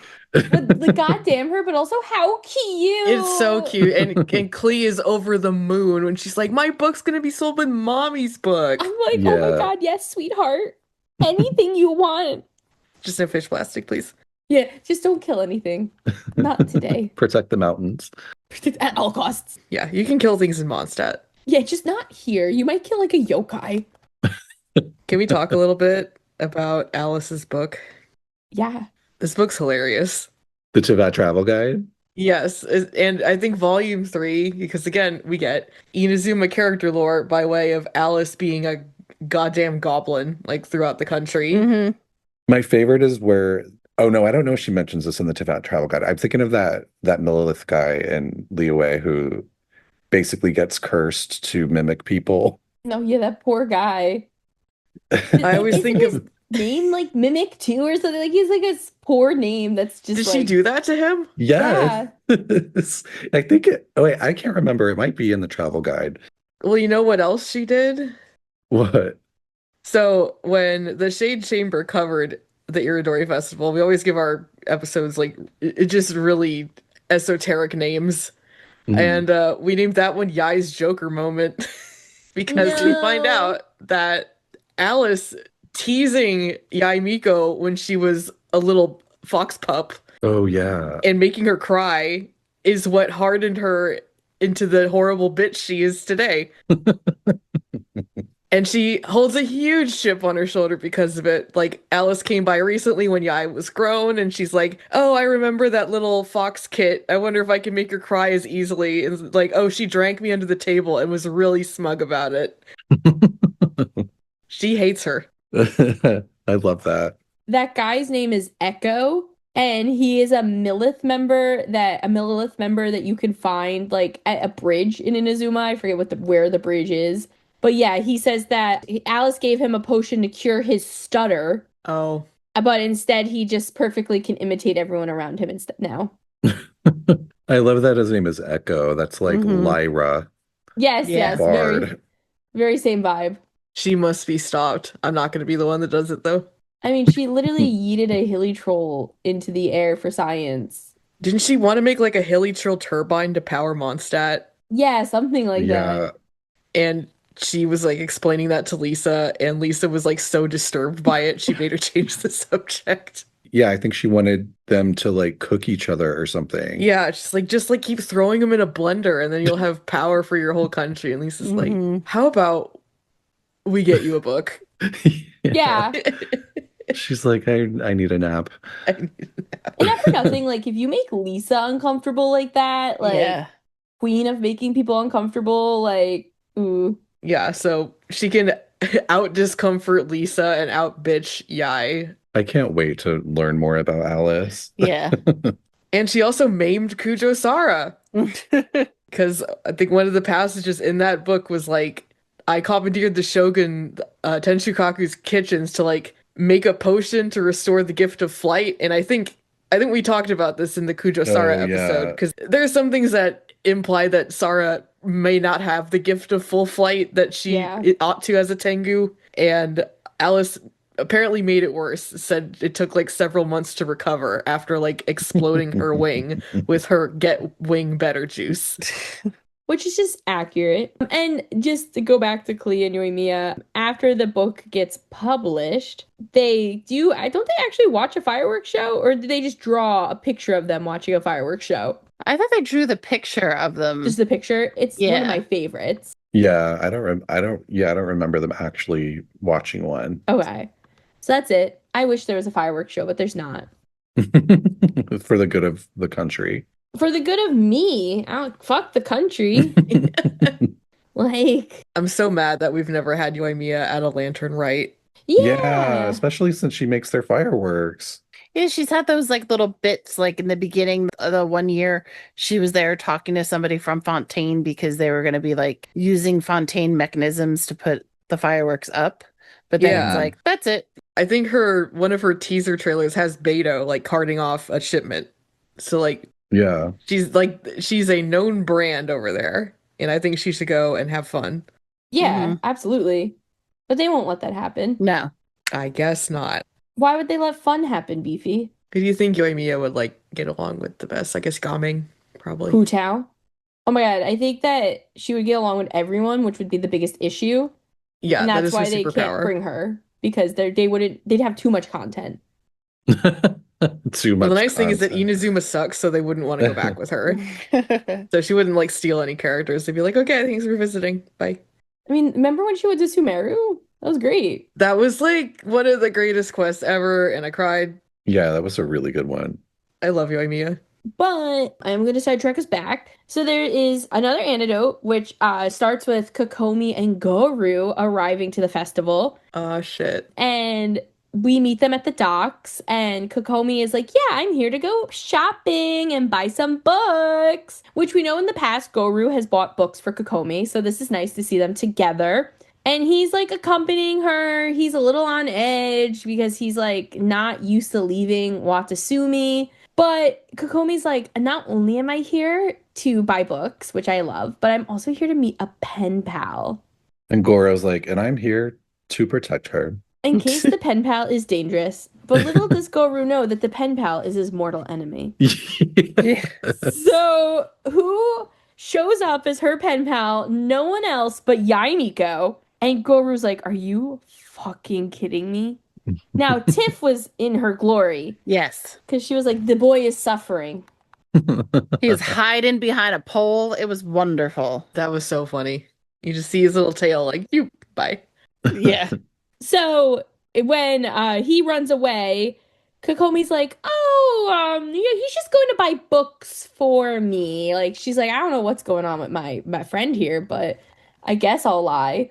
And what's really cute is like Traveler and Paimon are immediately like, oh, I don't buy this. This is a cover for them to talk about other more important things, which it absolutely is. And Kokomi admits that Watatsumi is soon going to be having formal talks with the shogunate about future the future development of Inazuma, Woo woo. and that it's normal for there to be informal meetings like this before the formal ones begin. So I love it that she's having informal meetings with Yae Miko before the formal meetings with A, because we all know that Yae Miko is going to run the show either way. Oh, hell yeah.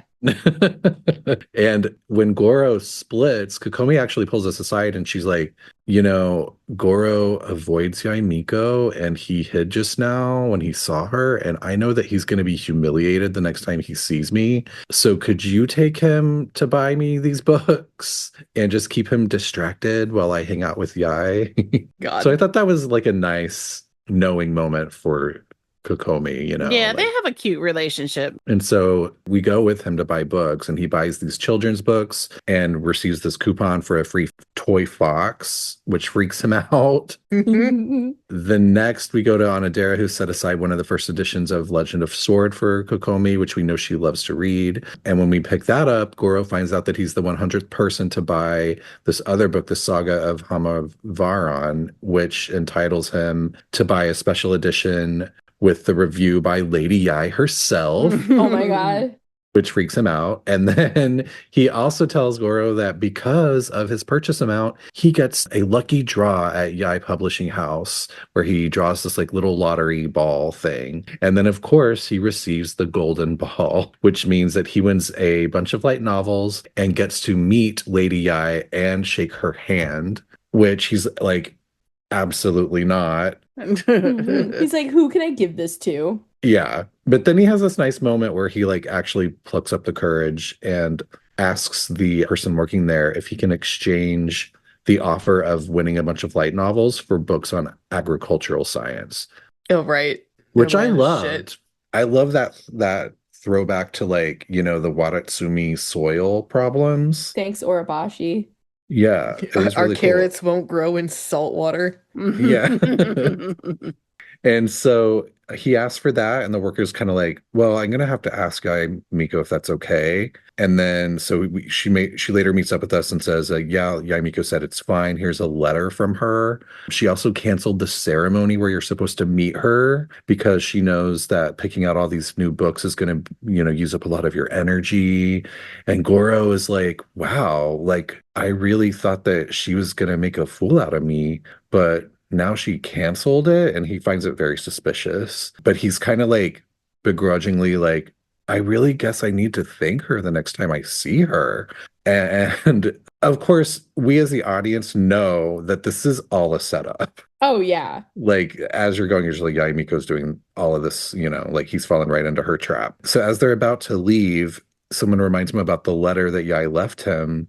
And he reads it, and the letter basically says, you must be so thankful for what I did for you. And here's how you can repay me. For a Yae Publishing House event that's happening next month, we're going to need you to dress up as a character from a light novel to interact with fans. And since you're so patient and also so very beautiful, Goro, why don't you come help us? I'll make a tailor-made outfit just for you. Oh, and by the way, it'll be a woman's outfit. And that's the end of their little anecdote. Yeah. It's beautiful and perfect. Like, So this is the Cold War. Yeah. yes. The hot war is on hold. There are still shots being fired. But only between Yae and Goro for some There are reason. still casualties. So another anecdote has the Traveler and Paimon going, and they're talking to this lady, and she's mad because there's a Tanuki photo board, and this group of people have just been using it and using it and using it. And while there have been guards that are around, they are not doing anything about this group that is commandeering the time of the photo board. And by photo board, I mean this is like the thing with the holes where you go and you pretend to be a Tanuki and you're like, oh, look, Mom, we're a Tanuki. And usually if you're an adult, you have to like bend over in like a really awkward position to get your head in the hole. So we go over to check it out, and who is it but Ito and his gang? The ruffians. And they're not trying to be annoying like normal. They Yeah, they're just They're are. just annoying. It just comes naturally They for can't them. help it. They're just having fun. They just don't realize that them having fun is an issue. Because the thing is, they're broke. Like when Kazua's things get sold, they might have to give some to Ito. And so this photo board is like the only thing they can really do because they can't afford anything else. So we're like, bro, like, come on, go. And he's like, no. And he's like, well, I'll leave if you beat me in a competition. And we're like, oh boy. And before we can hear what this competition is, Toma shows up. And Toma's like, guys, what about instead of like fighting, you guys like help people? Because, you know, Toma's a good person. And they're both like, Toma like just kisses Ito's ass just the tiniest bit. And Ito's like in love. It doesn't take much. Like, my bro. And Paimon is like, there's a serious bromance developing. And Ito at first isn't into like the idea until like Ito is like, oh, you're gonna kiss my ass? Okay. And Toma's like, you know, whoever wins can get this limited rainbow Aster drink. And that was like, that drink was basically the whole reason that the Arataki gang went to the festival. Yeah, they wanted to try it. So we get into a competition. A volunteering duel. Which is ridiculous. It's such a Toma solution. Yeah. But Ito gets the drink. And he does not realize that this might be a bad idea for him to drink it. And he starts drinking it. And he's like, does this have beans in it? And Toma's like, I think it's a soybean. And he's like, a bean. I'm allergic to beans. And Toma's like, oh my God, I just killed him. And then he dies. It's crazy. And then R.I.P. There's a grave now next to Navio's dad. No.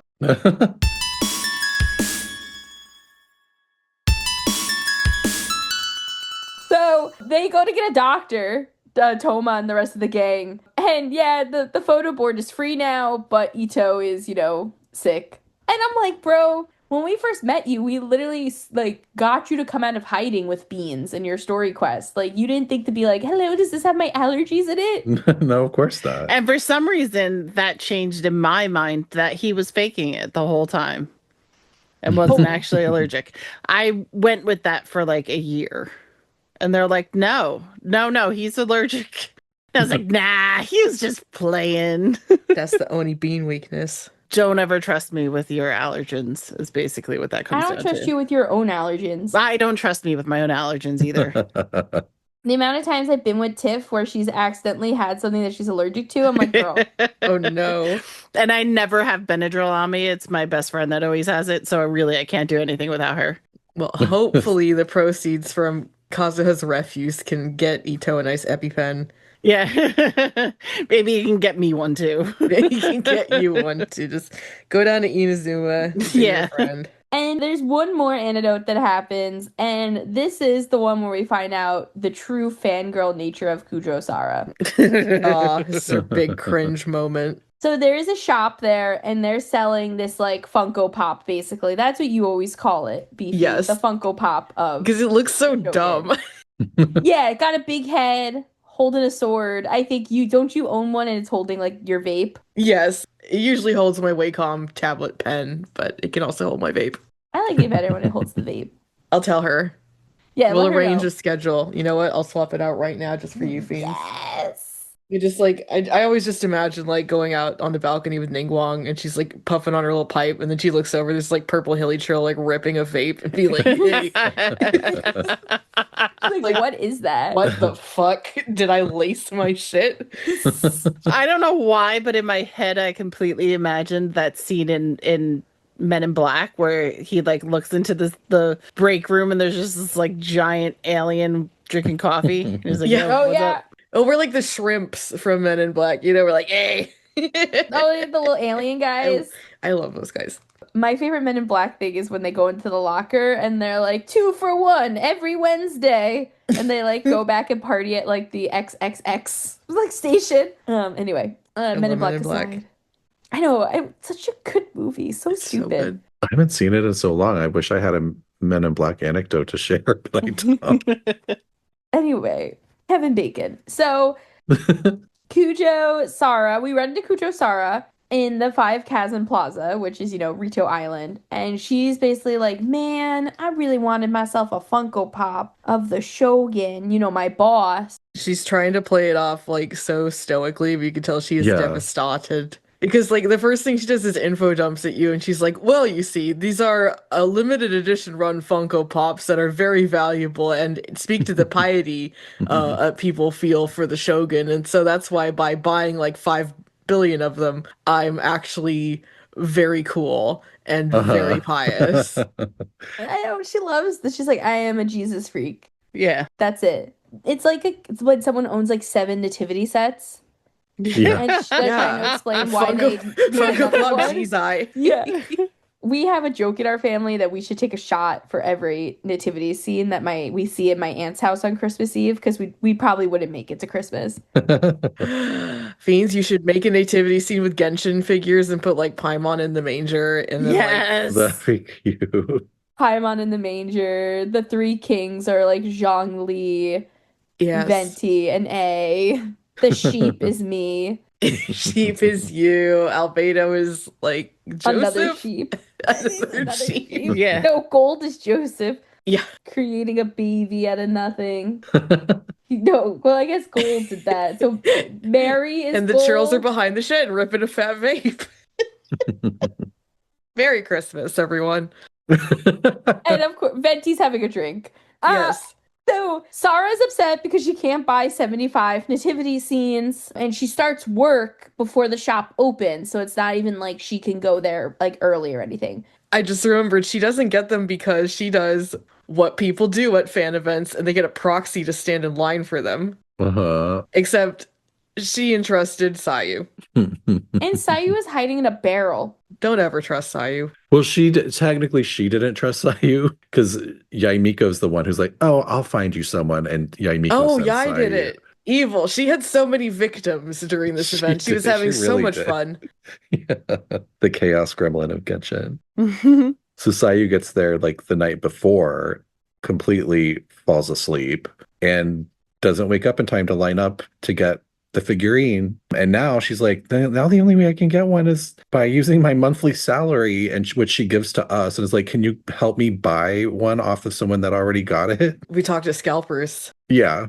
But what we find is that pretty much no one else was able to get one either. And something is definitely afoot. So we eventually find out that the person working at the booth took a bunch of the statues to sell elsewhere at, much higher prices. Fucking asshole. Yeah. And Sara finds a customer who bought one from the culprit and seizes it as evidence, which I was like, she's going to take that. Oh, yeah. She's taking that right home. So we basically help Sara capture the person that did it, and he gets taken to jail. But so do all of the figurines as evidence. Womp. Bullshit. Straight into Sara's personal warehouse. Yeah. But the shopkeeper gives us one of their display only ones as a thank you. And Sayu is like, "Oh, thank God. Can you please take it to Sara? My mission is finally complete." And then she goes back to sleep. And we take it to Sara. And Sara starts in on her shit again, where she's like, "Let me tell you about this figure." Giving us this like the longest like TED talk on the intricate means of taking care of these Just like, statues. you gotta use Dawn dish soap and blah blah blah blah. Yeah. They Polish fade in the sun. She's going on and on and on, and A walks up behind her and she doesn't realize it. And we're like, Sara? She's like, "Let me finish. Yeah. Here is the regimen." Let me tell you about how to keep this Funko Pop pristine and godly. Yeah.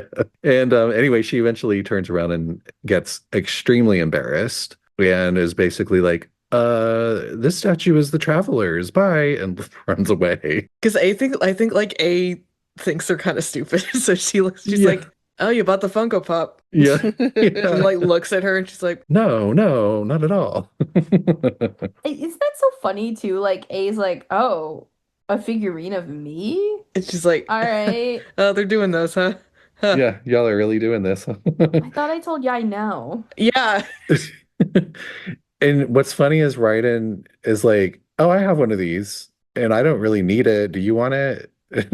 And so she gives us hers. I already have a realistic doll of me. It's called myself. I live in it. Yes, yeah. She was actually, "I am a doll of my sister." It's like, I'm pretty sure Yae made these up when she was mad at me. Because when she's mad at me, she commercializes me, as we'll find out later. So yeah, so we do end up having that extra one that she's sending to us. We tell her to send it straight to the Tenryou Commission. As evidence. As evidence, yeah. That would be awesome if it was like, by the way, this is contraband.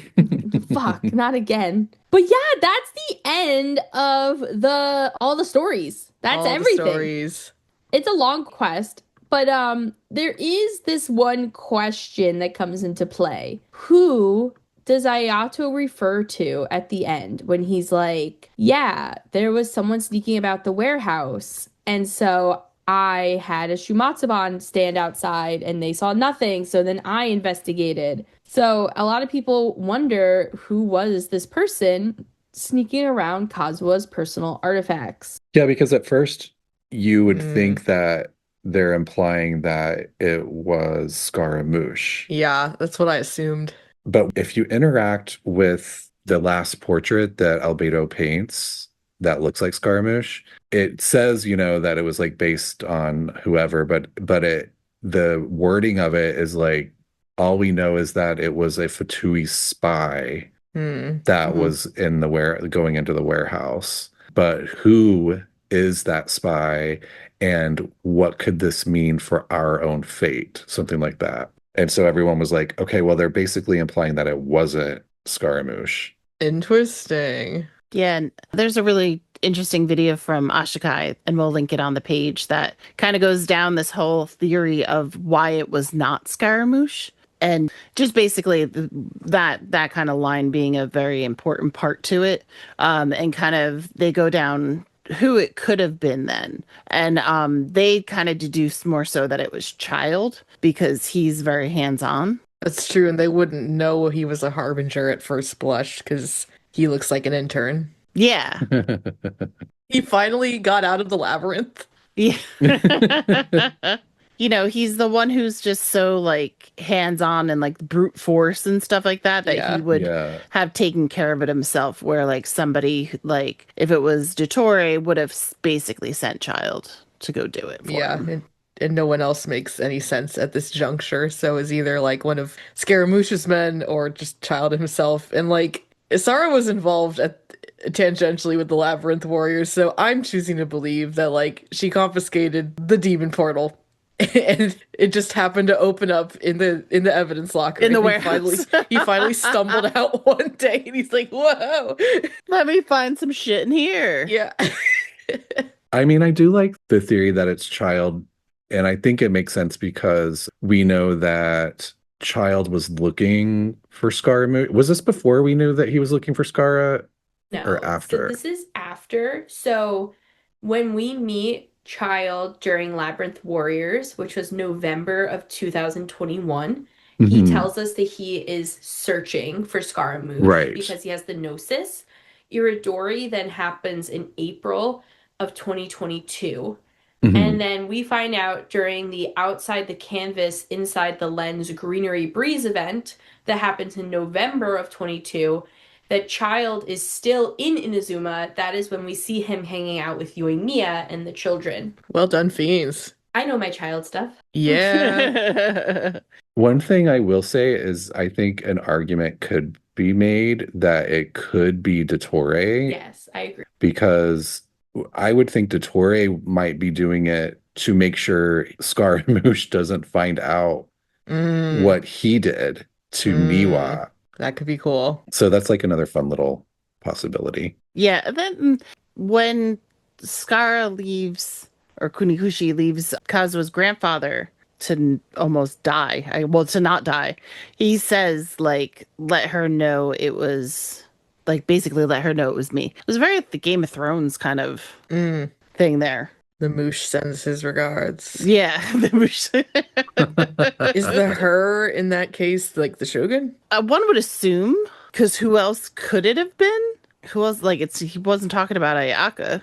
I think at the time, I might have, like, gotten confused, or maybe it wasn't, like, set in stone yet, and, like, Niwa was, like, a woman that was like around. Oh yeah, because we didn't really know anything about Niwa at that time. Yeah, we didn't know it was like a family name or like a particular person.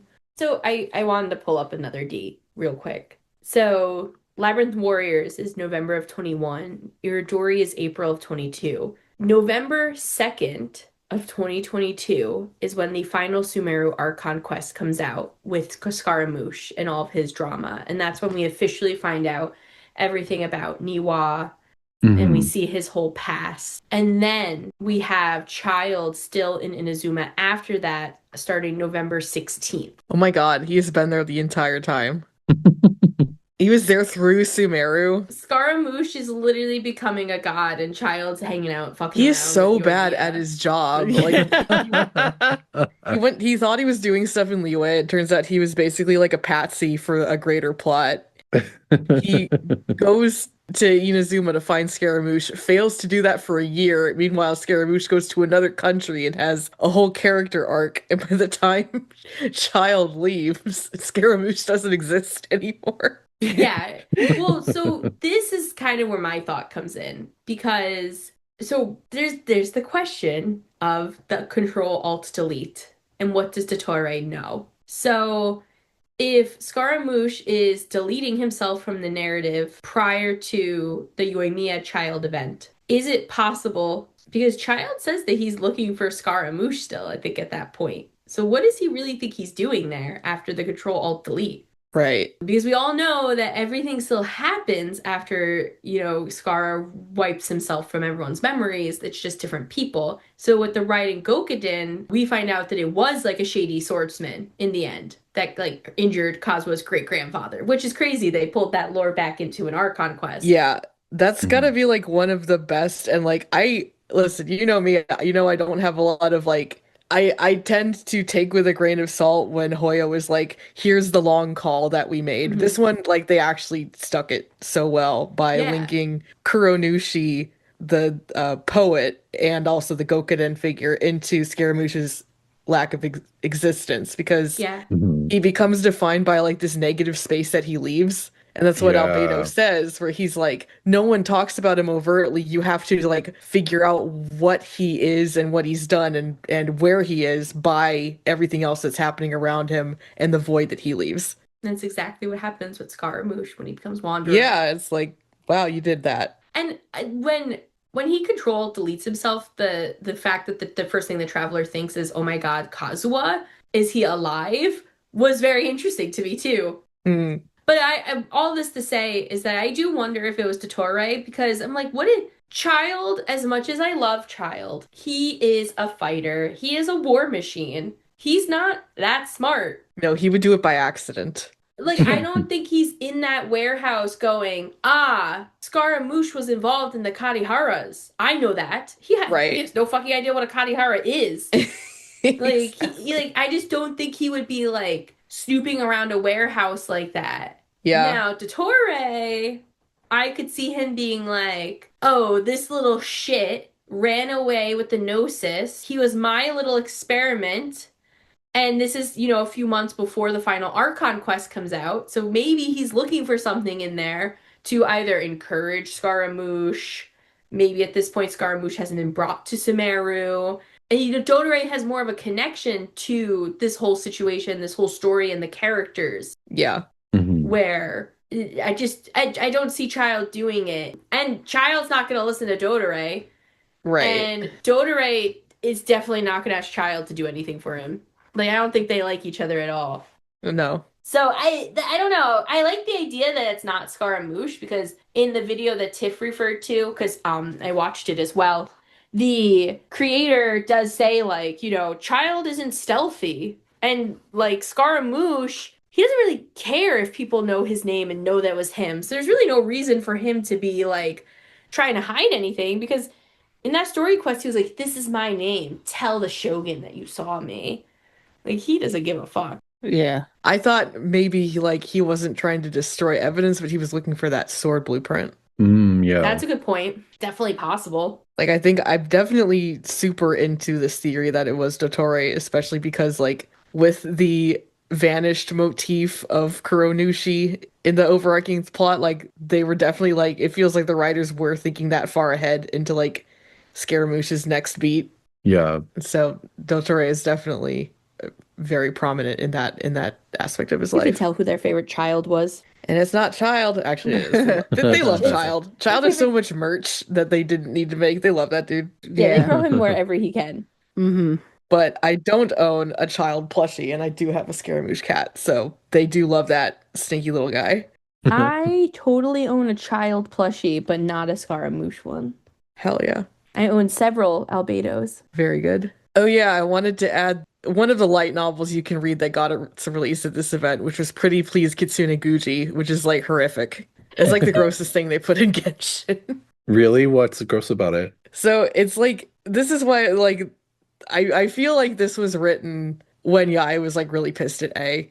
Because it's written from the perspective of this like bumblefuck the Shogun, who is like, I can't do anything without my Kitsune Guji, Yae Mika. It's like got like a fake name that's like obviously like Yae. And she's like, I'm depressed and I just like throw tantrums and eat junk food and my beautiful wife has to save my ass. In fact, one day I caught a cold and I was stuck in bed all day and I couldn't do anything. And I thought I was gonna die until the beautiful Kitsune Guji like baby birded me a smoothie. And Wow. Did Scaramouche write this? yeah, no, it's just like Yae's slander piece. And so that's what the Rainbow Aster is. That was the drink that Ito won in his sweepstakes. It was that exact drink. I'm dead. I love Yae sometimes, man. Like, She's crazy. She's such a monster in a beautiful sense. She's truly insane. Did we want to talk at all about the non-story stuff, like the mini games? Anything people kind of recall about the mini games? I barely remember. I kind of skimmed over them, and I saw one of them was that one where you have to like parry, Yes. and that was annoying. Really? But that's because I'm not good at parrying. I liked that one. Poor Kaya. Like I just remember like several times almost killing the thing, like beating the opponent, and then at the last minute not. And I'm like, I have to start all over again and being annoyed. I liked it better than like a normal combat event because it was like, here's a new thing and it's kind of skill based. It was very different. I actually asked some of my fellow former podcasters if they wanted to add anything to the discussion, and they brought up that the parry event kind of almost felt like wide internal testing for let's see if players can and want to parry, because there were different levels of difficulty and they all had like narrower and narrower windows that you could parry in. And that's a good point. And so they were like, were they kind of gauging like what the reaction capabilities were of players? And then they saw like how many times people like me had to do it, and they were like, nope, let's scrap it. Yeah. I think so. On like, sadly, because I mean, to be fair, some people, freaks, do play this on touchscreen on their phone. Yeah, I know. But like it is shocking in hindsight that they didn't actually really implement it. At least in Genshin, Break thinks that it might have factored into Zenless Zone Zero, which is more like reaction I could action see based. that. My bone to pick was the Ikebana event or whatever the flower arrangement was. Oh yeah. I was a little teapot main. They make you rearrange these things, and the gameplay is like nothing. But then they give you the fancy flower pot. Except at that time, teapot capacity was so low, I couldn't fucking put it in my teapot. I was so mad because they're really cute, but they were not worth the gigantic capacity cost. So, are they expanding that now that did they already kill the PS4 version, or is it still? Yes. They already did it. So are it died this month, I think, or last month. Did they increase the capacity sucks. of the teapot? They did a couple years ago, and I wouldn't be surprised if they did it again. My teapot definitely can contain more than it used to. Yeah. Okay. Now, what does that truly mean? I don't know. But I have those things in my teapot with a bunch of other things. I have in my main area, I call it Albedo's Workshop and Albedo's Garden. Cute. And the garden has his screen from this event, the planter from this event, like 2 other planters from other events, his painting from Suspedo, or whenever he painted Paimon. Oh yeah, the like Paimon Lisa. And then on the other side in the same area, I have the workshop, and I have like all those little robot guys over there. Mm. So I feel like that's more than you used to be able to do. Yeah, I feel like I need to go back into one of mine that I was at max at and see if I can add more in, because that is the intention, that they were going to be increasing it. I just don't know if it technically happened yet. Right. Maybe they're waiting until the next region or something, Mm-hmm. Yeah. which will be Snezhnaya. Oh God, I can't think about It's it. finally here after a I year-long fake out. I Uh-huh. know. We are going to the snow.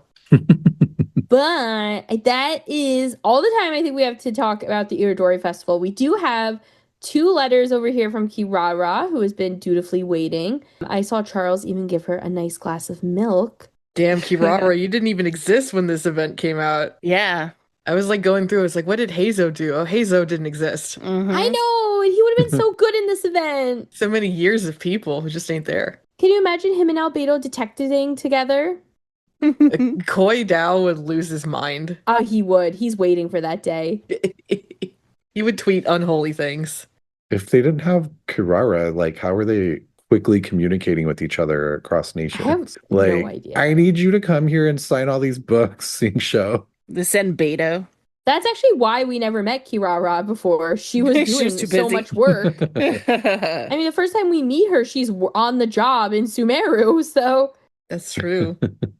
But, so Kirara got some more milk from Charles, which Charles never offers me any more milk, but that's fine.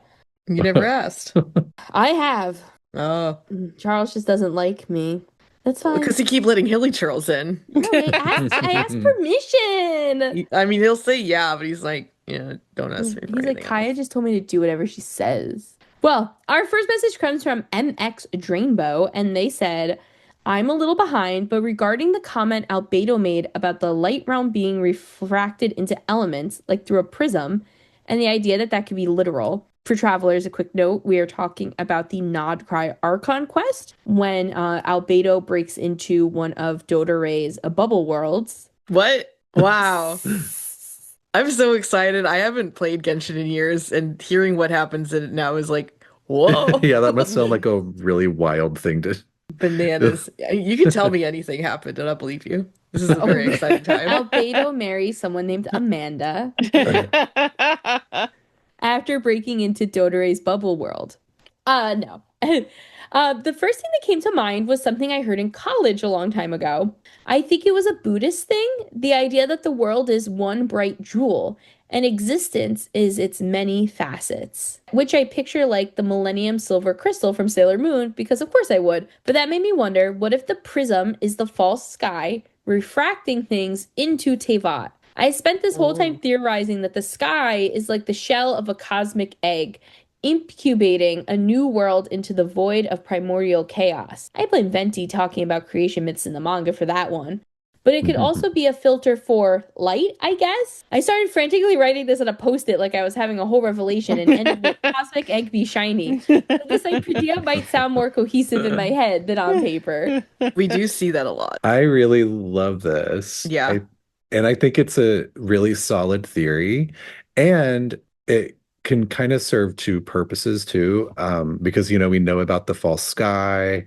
It would make sense if the false sky is the thing refracting the light realm energy into the 7 different elements. But it also ups the stakes of getting rid of the false sky or going beyond it. Because does that mean if someone breaks through it, that the gods lose their powers? Or does the world as we know it, separated into different elemental regions, lose its form and become some kind of coalesced Yes. new entity? Or just get sucked into the abyss?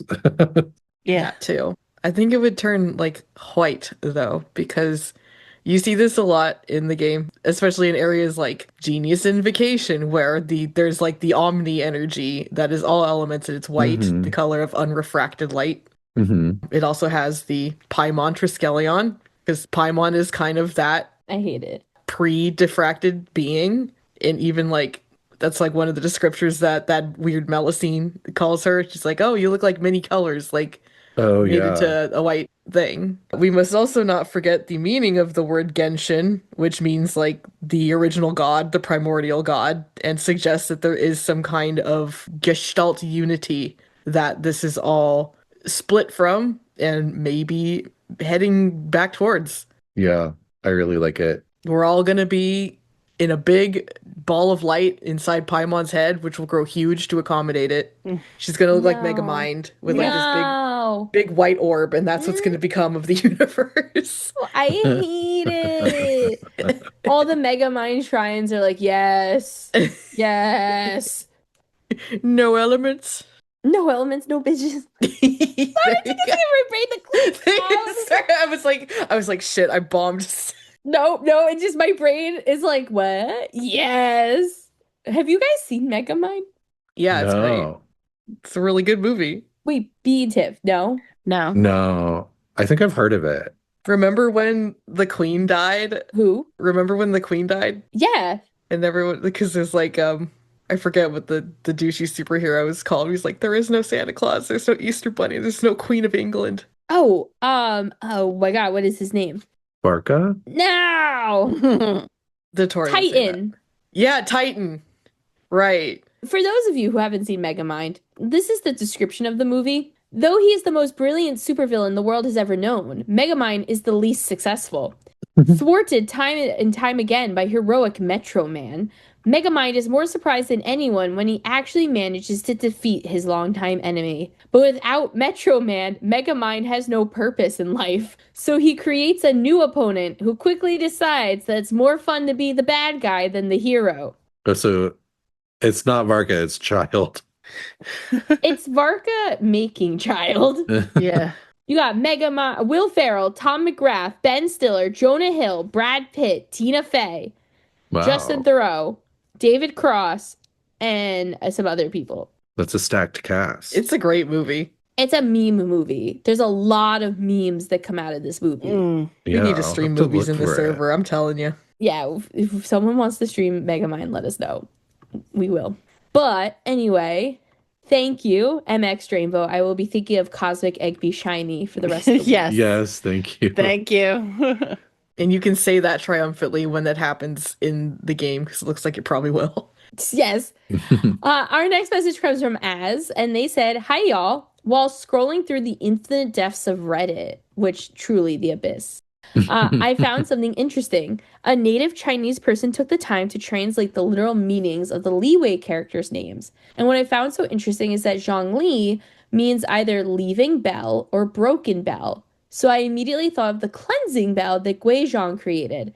And then my brain was like, ooh, what are the meanings of all the other Archon's chosen names?" But I wanted to stop there for first, because this is a bit of a long question, or a long message. So what do you guys think of the bell? His name relating back to that bell that Guizhong made. It's an interesting connection between the two of them. Yeah. And kind of solidifies a little bit more into what that connection really truly was, and what the world would have been if she had not been killed in the war. What did her bell do again? I forget. It probably shot a big laser. She was doing that that kind of stuff. Yeah, because she made the ballista too, right? Yeah, and she would compete with Cloud Retainer. So the Guizhong's, the cleansing bell, even though it's Guizhong's, it looks more Zhongli-esque. And it says that the sound rings through the air and does not fade quickly and can be used to purify the mortal realm. It seems to have a life of its own, even as you hold it in your hand. Okay. And it is obtained during the quest The Realm Within, and we get it from Madame Ping. It's very funeral rite-y, right? Yes, this is as we're preparing to make Rex Lapus's funeral happen. He's a funeral man. Even his name all just kind of loops back in. It definitely makes me wonder, too, a little bit about Zhongli's real reasoning in Teyvat. We know him as the Geo Archon and the God of Contracts, but we know that he's most likely the oldest Archon alive. Well, I guess we do, because it's him or Venti. And Zhongli seems to be the oldest. So we know he's seen a lot. We know he's been around for a lot.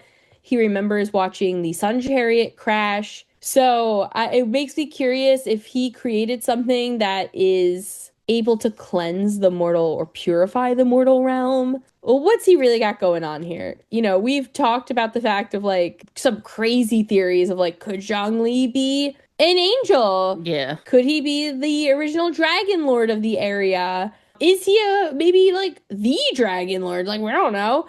Because there's a lot of motifs in this area that relay back to the dragon motifs of Natlan. And so it does make me wonder if he has some deeper meaning here. Yeah. Yeah, that's an interesting theory. Maybe he's the one who's going to see this whole shebang off, right? Like, pay it its last rites before we all go back to the big cosmic egg in Paimon's head. And Paimon's balloon head. It really would be like a gag if Zhongli turned out to be like a dragon or something that's sort of anti-god and had been cosplaying as a god the whole time. Do you think Nivelette would like gag? Yeah. Yes. He'd be like, oh shit. He's like, I was gonna fight you too. They like dap up. They're like, yeah. Yeah.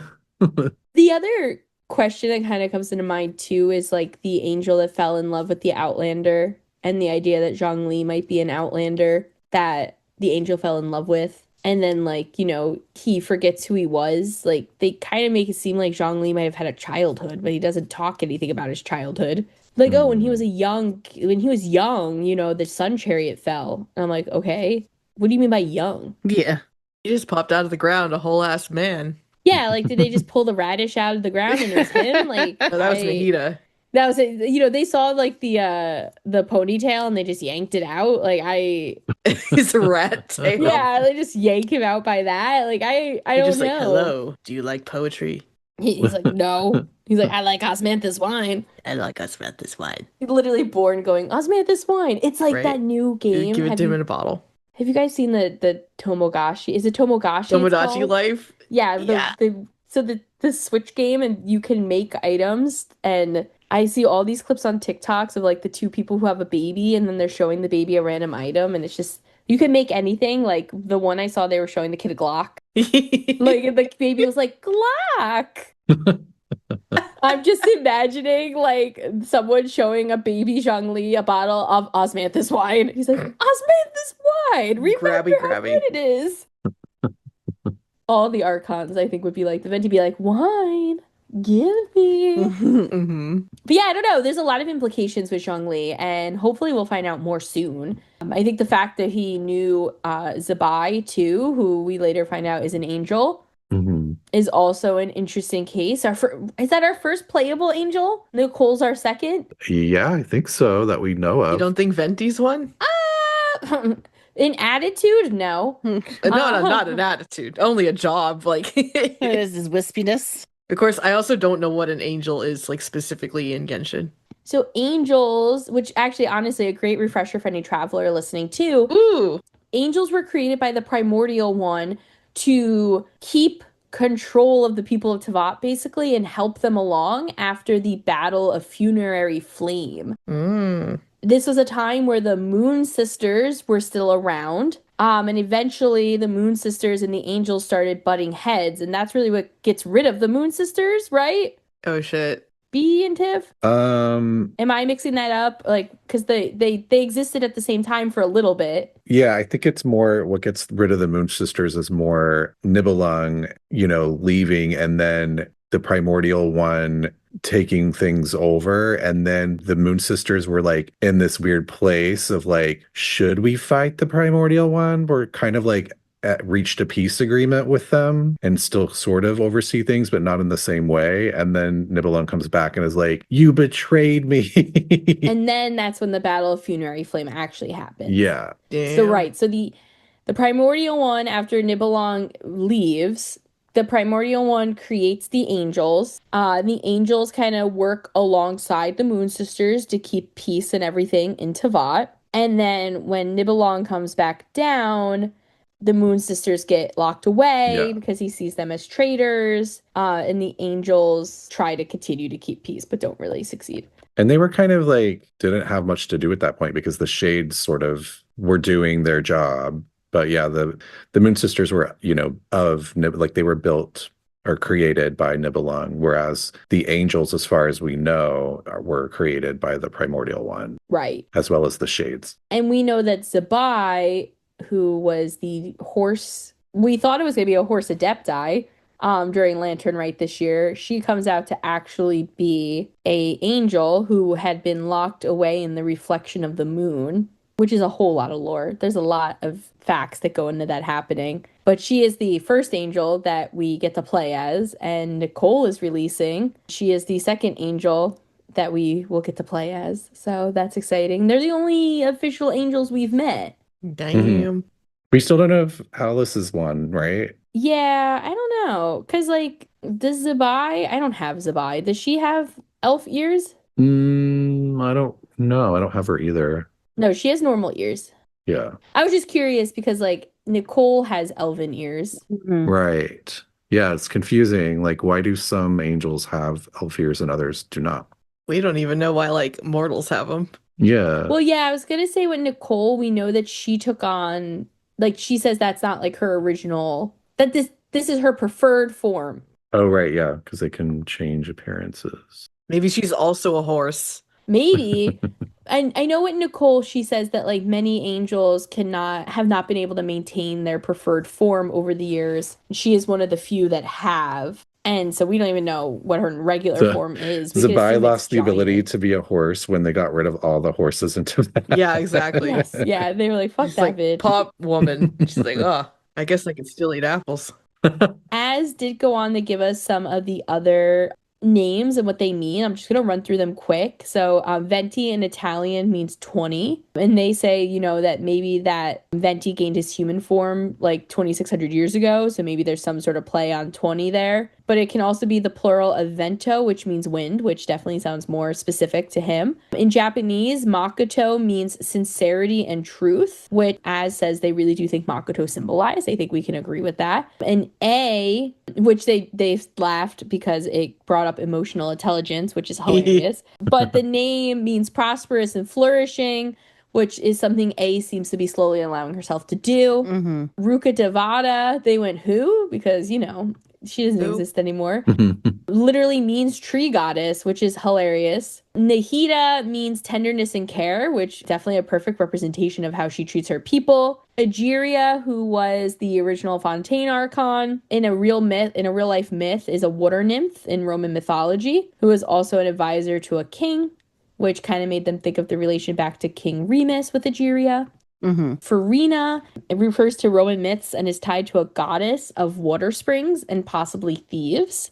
And the myth of Farina was tied to both light and dark in the idea of the water and the underworld, which could be tying into the Pneumonia and Aswea alignments. And then Mawika is a twist on the fire goddess of Maori culture, Mawika spelled Mahuika, who gave the hero Maui the secret to making fire. I like that connection. Yes, and whenever I think of Maui, I just think of The Rock as him. Yeah, me too. I'm like, you're welcome. Yeah. Talking to a demigod. Sign me up for the live action Moana. Why is The Rock playing his own character when it could be me? With this big wig. But thank you, Az, for your message. Az. Those are a lot better than Lyra, by the way. Yes. Or Echo. Or Echo, yeah. Thank you. That is all the time we have for today. Travelers, if you liked this episode or you didn't, you can write to Albedo without the anthrax and let us know what you thought at talesofteyvatpod@gmail.com. Travelers can also feel free to give us a follow on Instagram, Tales of Teyvat Pod, or on Twitter, Tales of Teyvat. Additionally, you can find us on Blue Sky, Threads, and YouTube under the same handles. Travelers can feel free to check out our Ko-fi, where you can buy us a cup of coffee, or check out our merch store, where all funds go to making sure that we can fund the Twink Tank, pay for our web hosting, and maybe, just maybe, get a Diet Coke each. And also, it helps fund our wine binges here at Angel Share, especially when we have guests like Beefy on. Woo! Beefy, can you tell us a little bit about where travelers can keep in touch with you or check out a little bit about the Shade Chamber? We know it is on most likely permanent hiatus, but just in case, where they can find past episodes. The Shade Chamber has closed its doors, but it is enshrined lovingly and in perpetuity on YouTube, where perhaps you want a trip down memory lane of Genshin from the Inazuma patches through Fontaine. Perhaps you want to see what people familiar with the game industry kind of thought might be going on behind the scenes. Maybe you'd like dick jokes. Well, we've got all of those in spades. Yay, dick jokes. Yay! And we've also had the tots on on many a fair occasion and had an absolute blast. So if you need to get a fix on some old Genshin content but are also interested in just kind of broader cultural context and horny shit posts both, you may enjoy The Shade Chamber, which is on YouTube as a laboriously edited video format and also on Spotify. Just don't expect anything new. But if you have something to say about The Shade Chamber or just want to talk to me and my churl friends, you can meet us at the community Discord that we share with Tales of Teyvat, aptly named Shades of Teyvat. The Discord link will be on this episode's page on the Tales of Teyvat website. Woo! Thank you so much for being here, Beefy. Yes, Thank you, as always a for good making time. room for me, even as I am increasingly out of my depth of what is going on in Genshin. The reason I stick around is because I just have so much fun with you guys and the community. We got to start having you on where we just tell you the crazy shit that's happening in the game. You're gonna like, whoa, okay. That'd be a really fun bonus episode, especially if we're all really drunk. Yeah. Not cry in an hour. Yeah. I'll be like, what? I'm like, and then this bitch's ex-girlfriend shows up. I'm like, that part I understand. She says that she's of this moon bitch. Okay. I'm like, she's got the moon eyes, apparently. Listen, if there's anything I remember from Genshin, it's the sapphic problems. Yes. Yeah. So I'll be on familiar ground there. Just wait until we go over the Voyager. Oh, God. Voyager. No, I don't want to talk about them again. But that is all the time we have for today, travelers. In our next episode, we are going to be talking about one of our favorite NPCs in this entire game. We are going to be talking about Leiben's marvelous merchandise. So please check out next week's episode. It's going to be a blast. He'll take all my carrots again. Until then, safe journeys, travelers. We will see you next time. Bye, OBWTWODBTTBS nerds. That's Outlander Brigade when the wind of death blew towards the blonde samurai. Ooh, well Oh done. my gosh! I can't wait to make bracelets to sell on the website, man.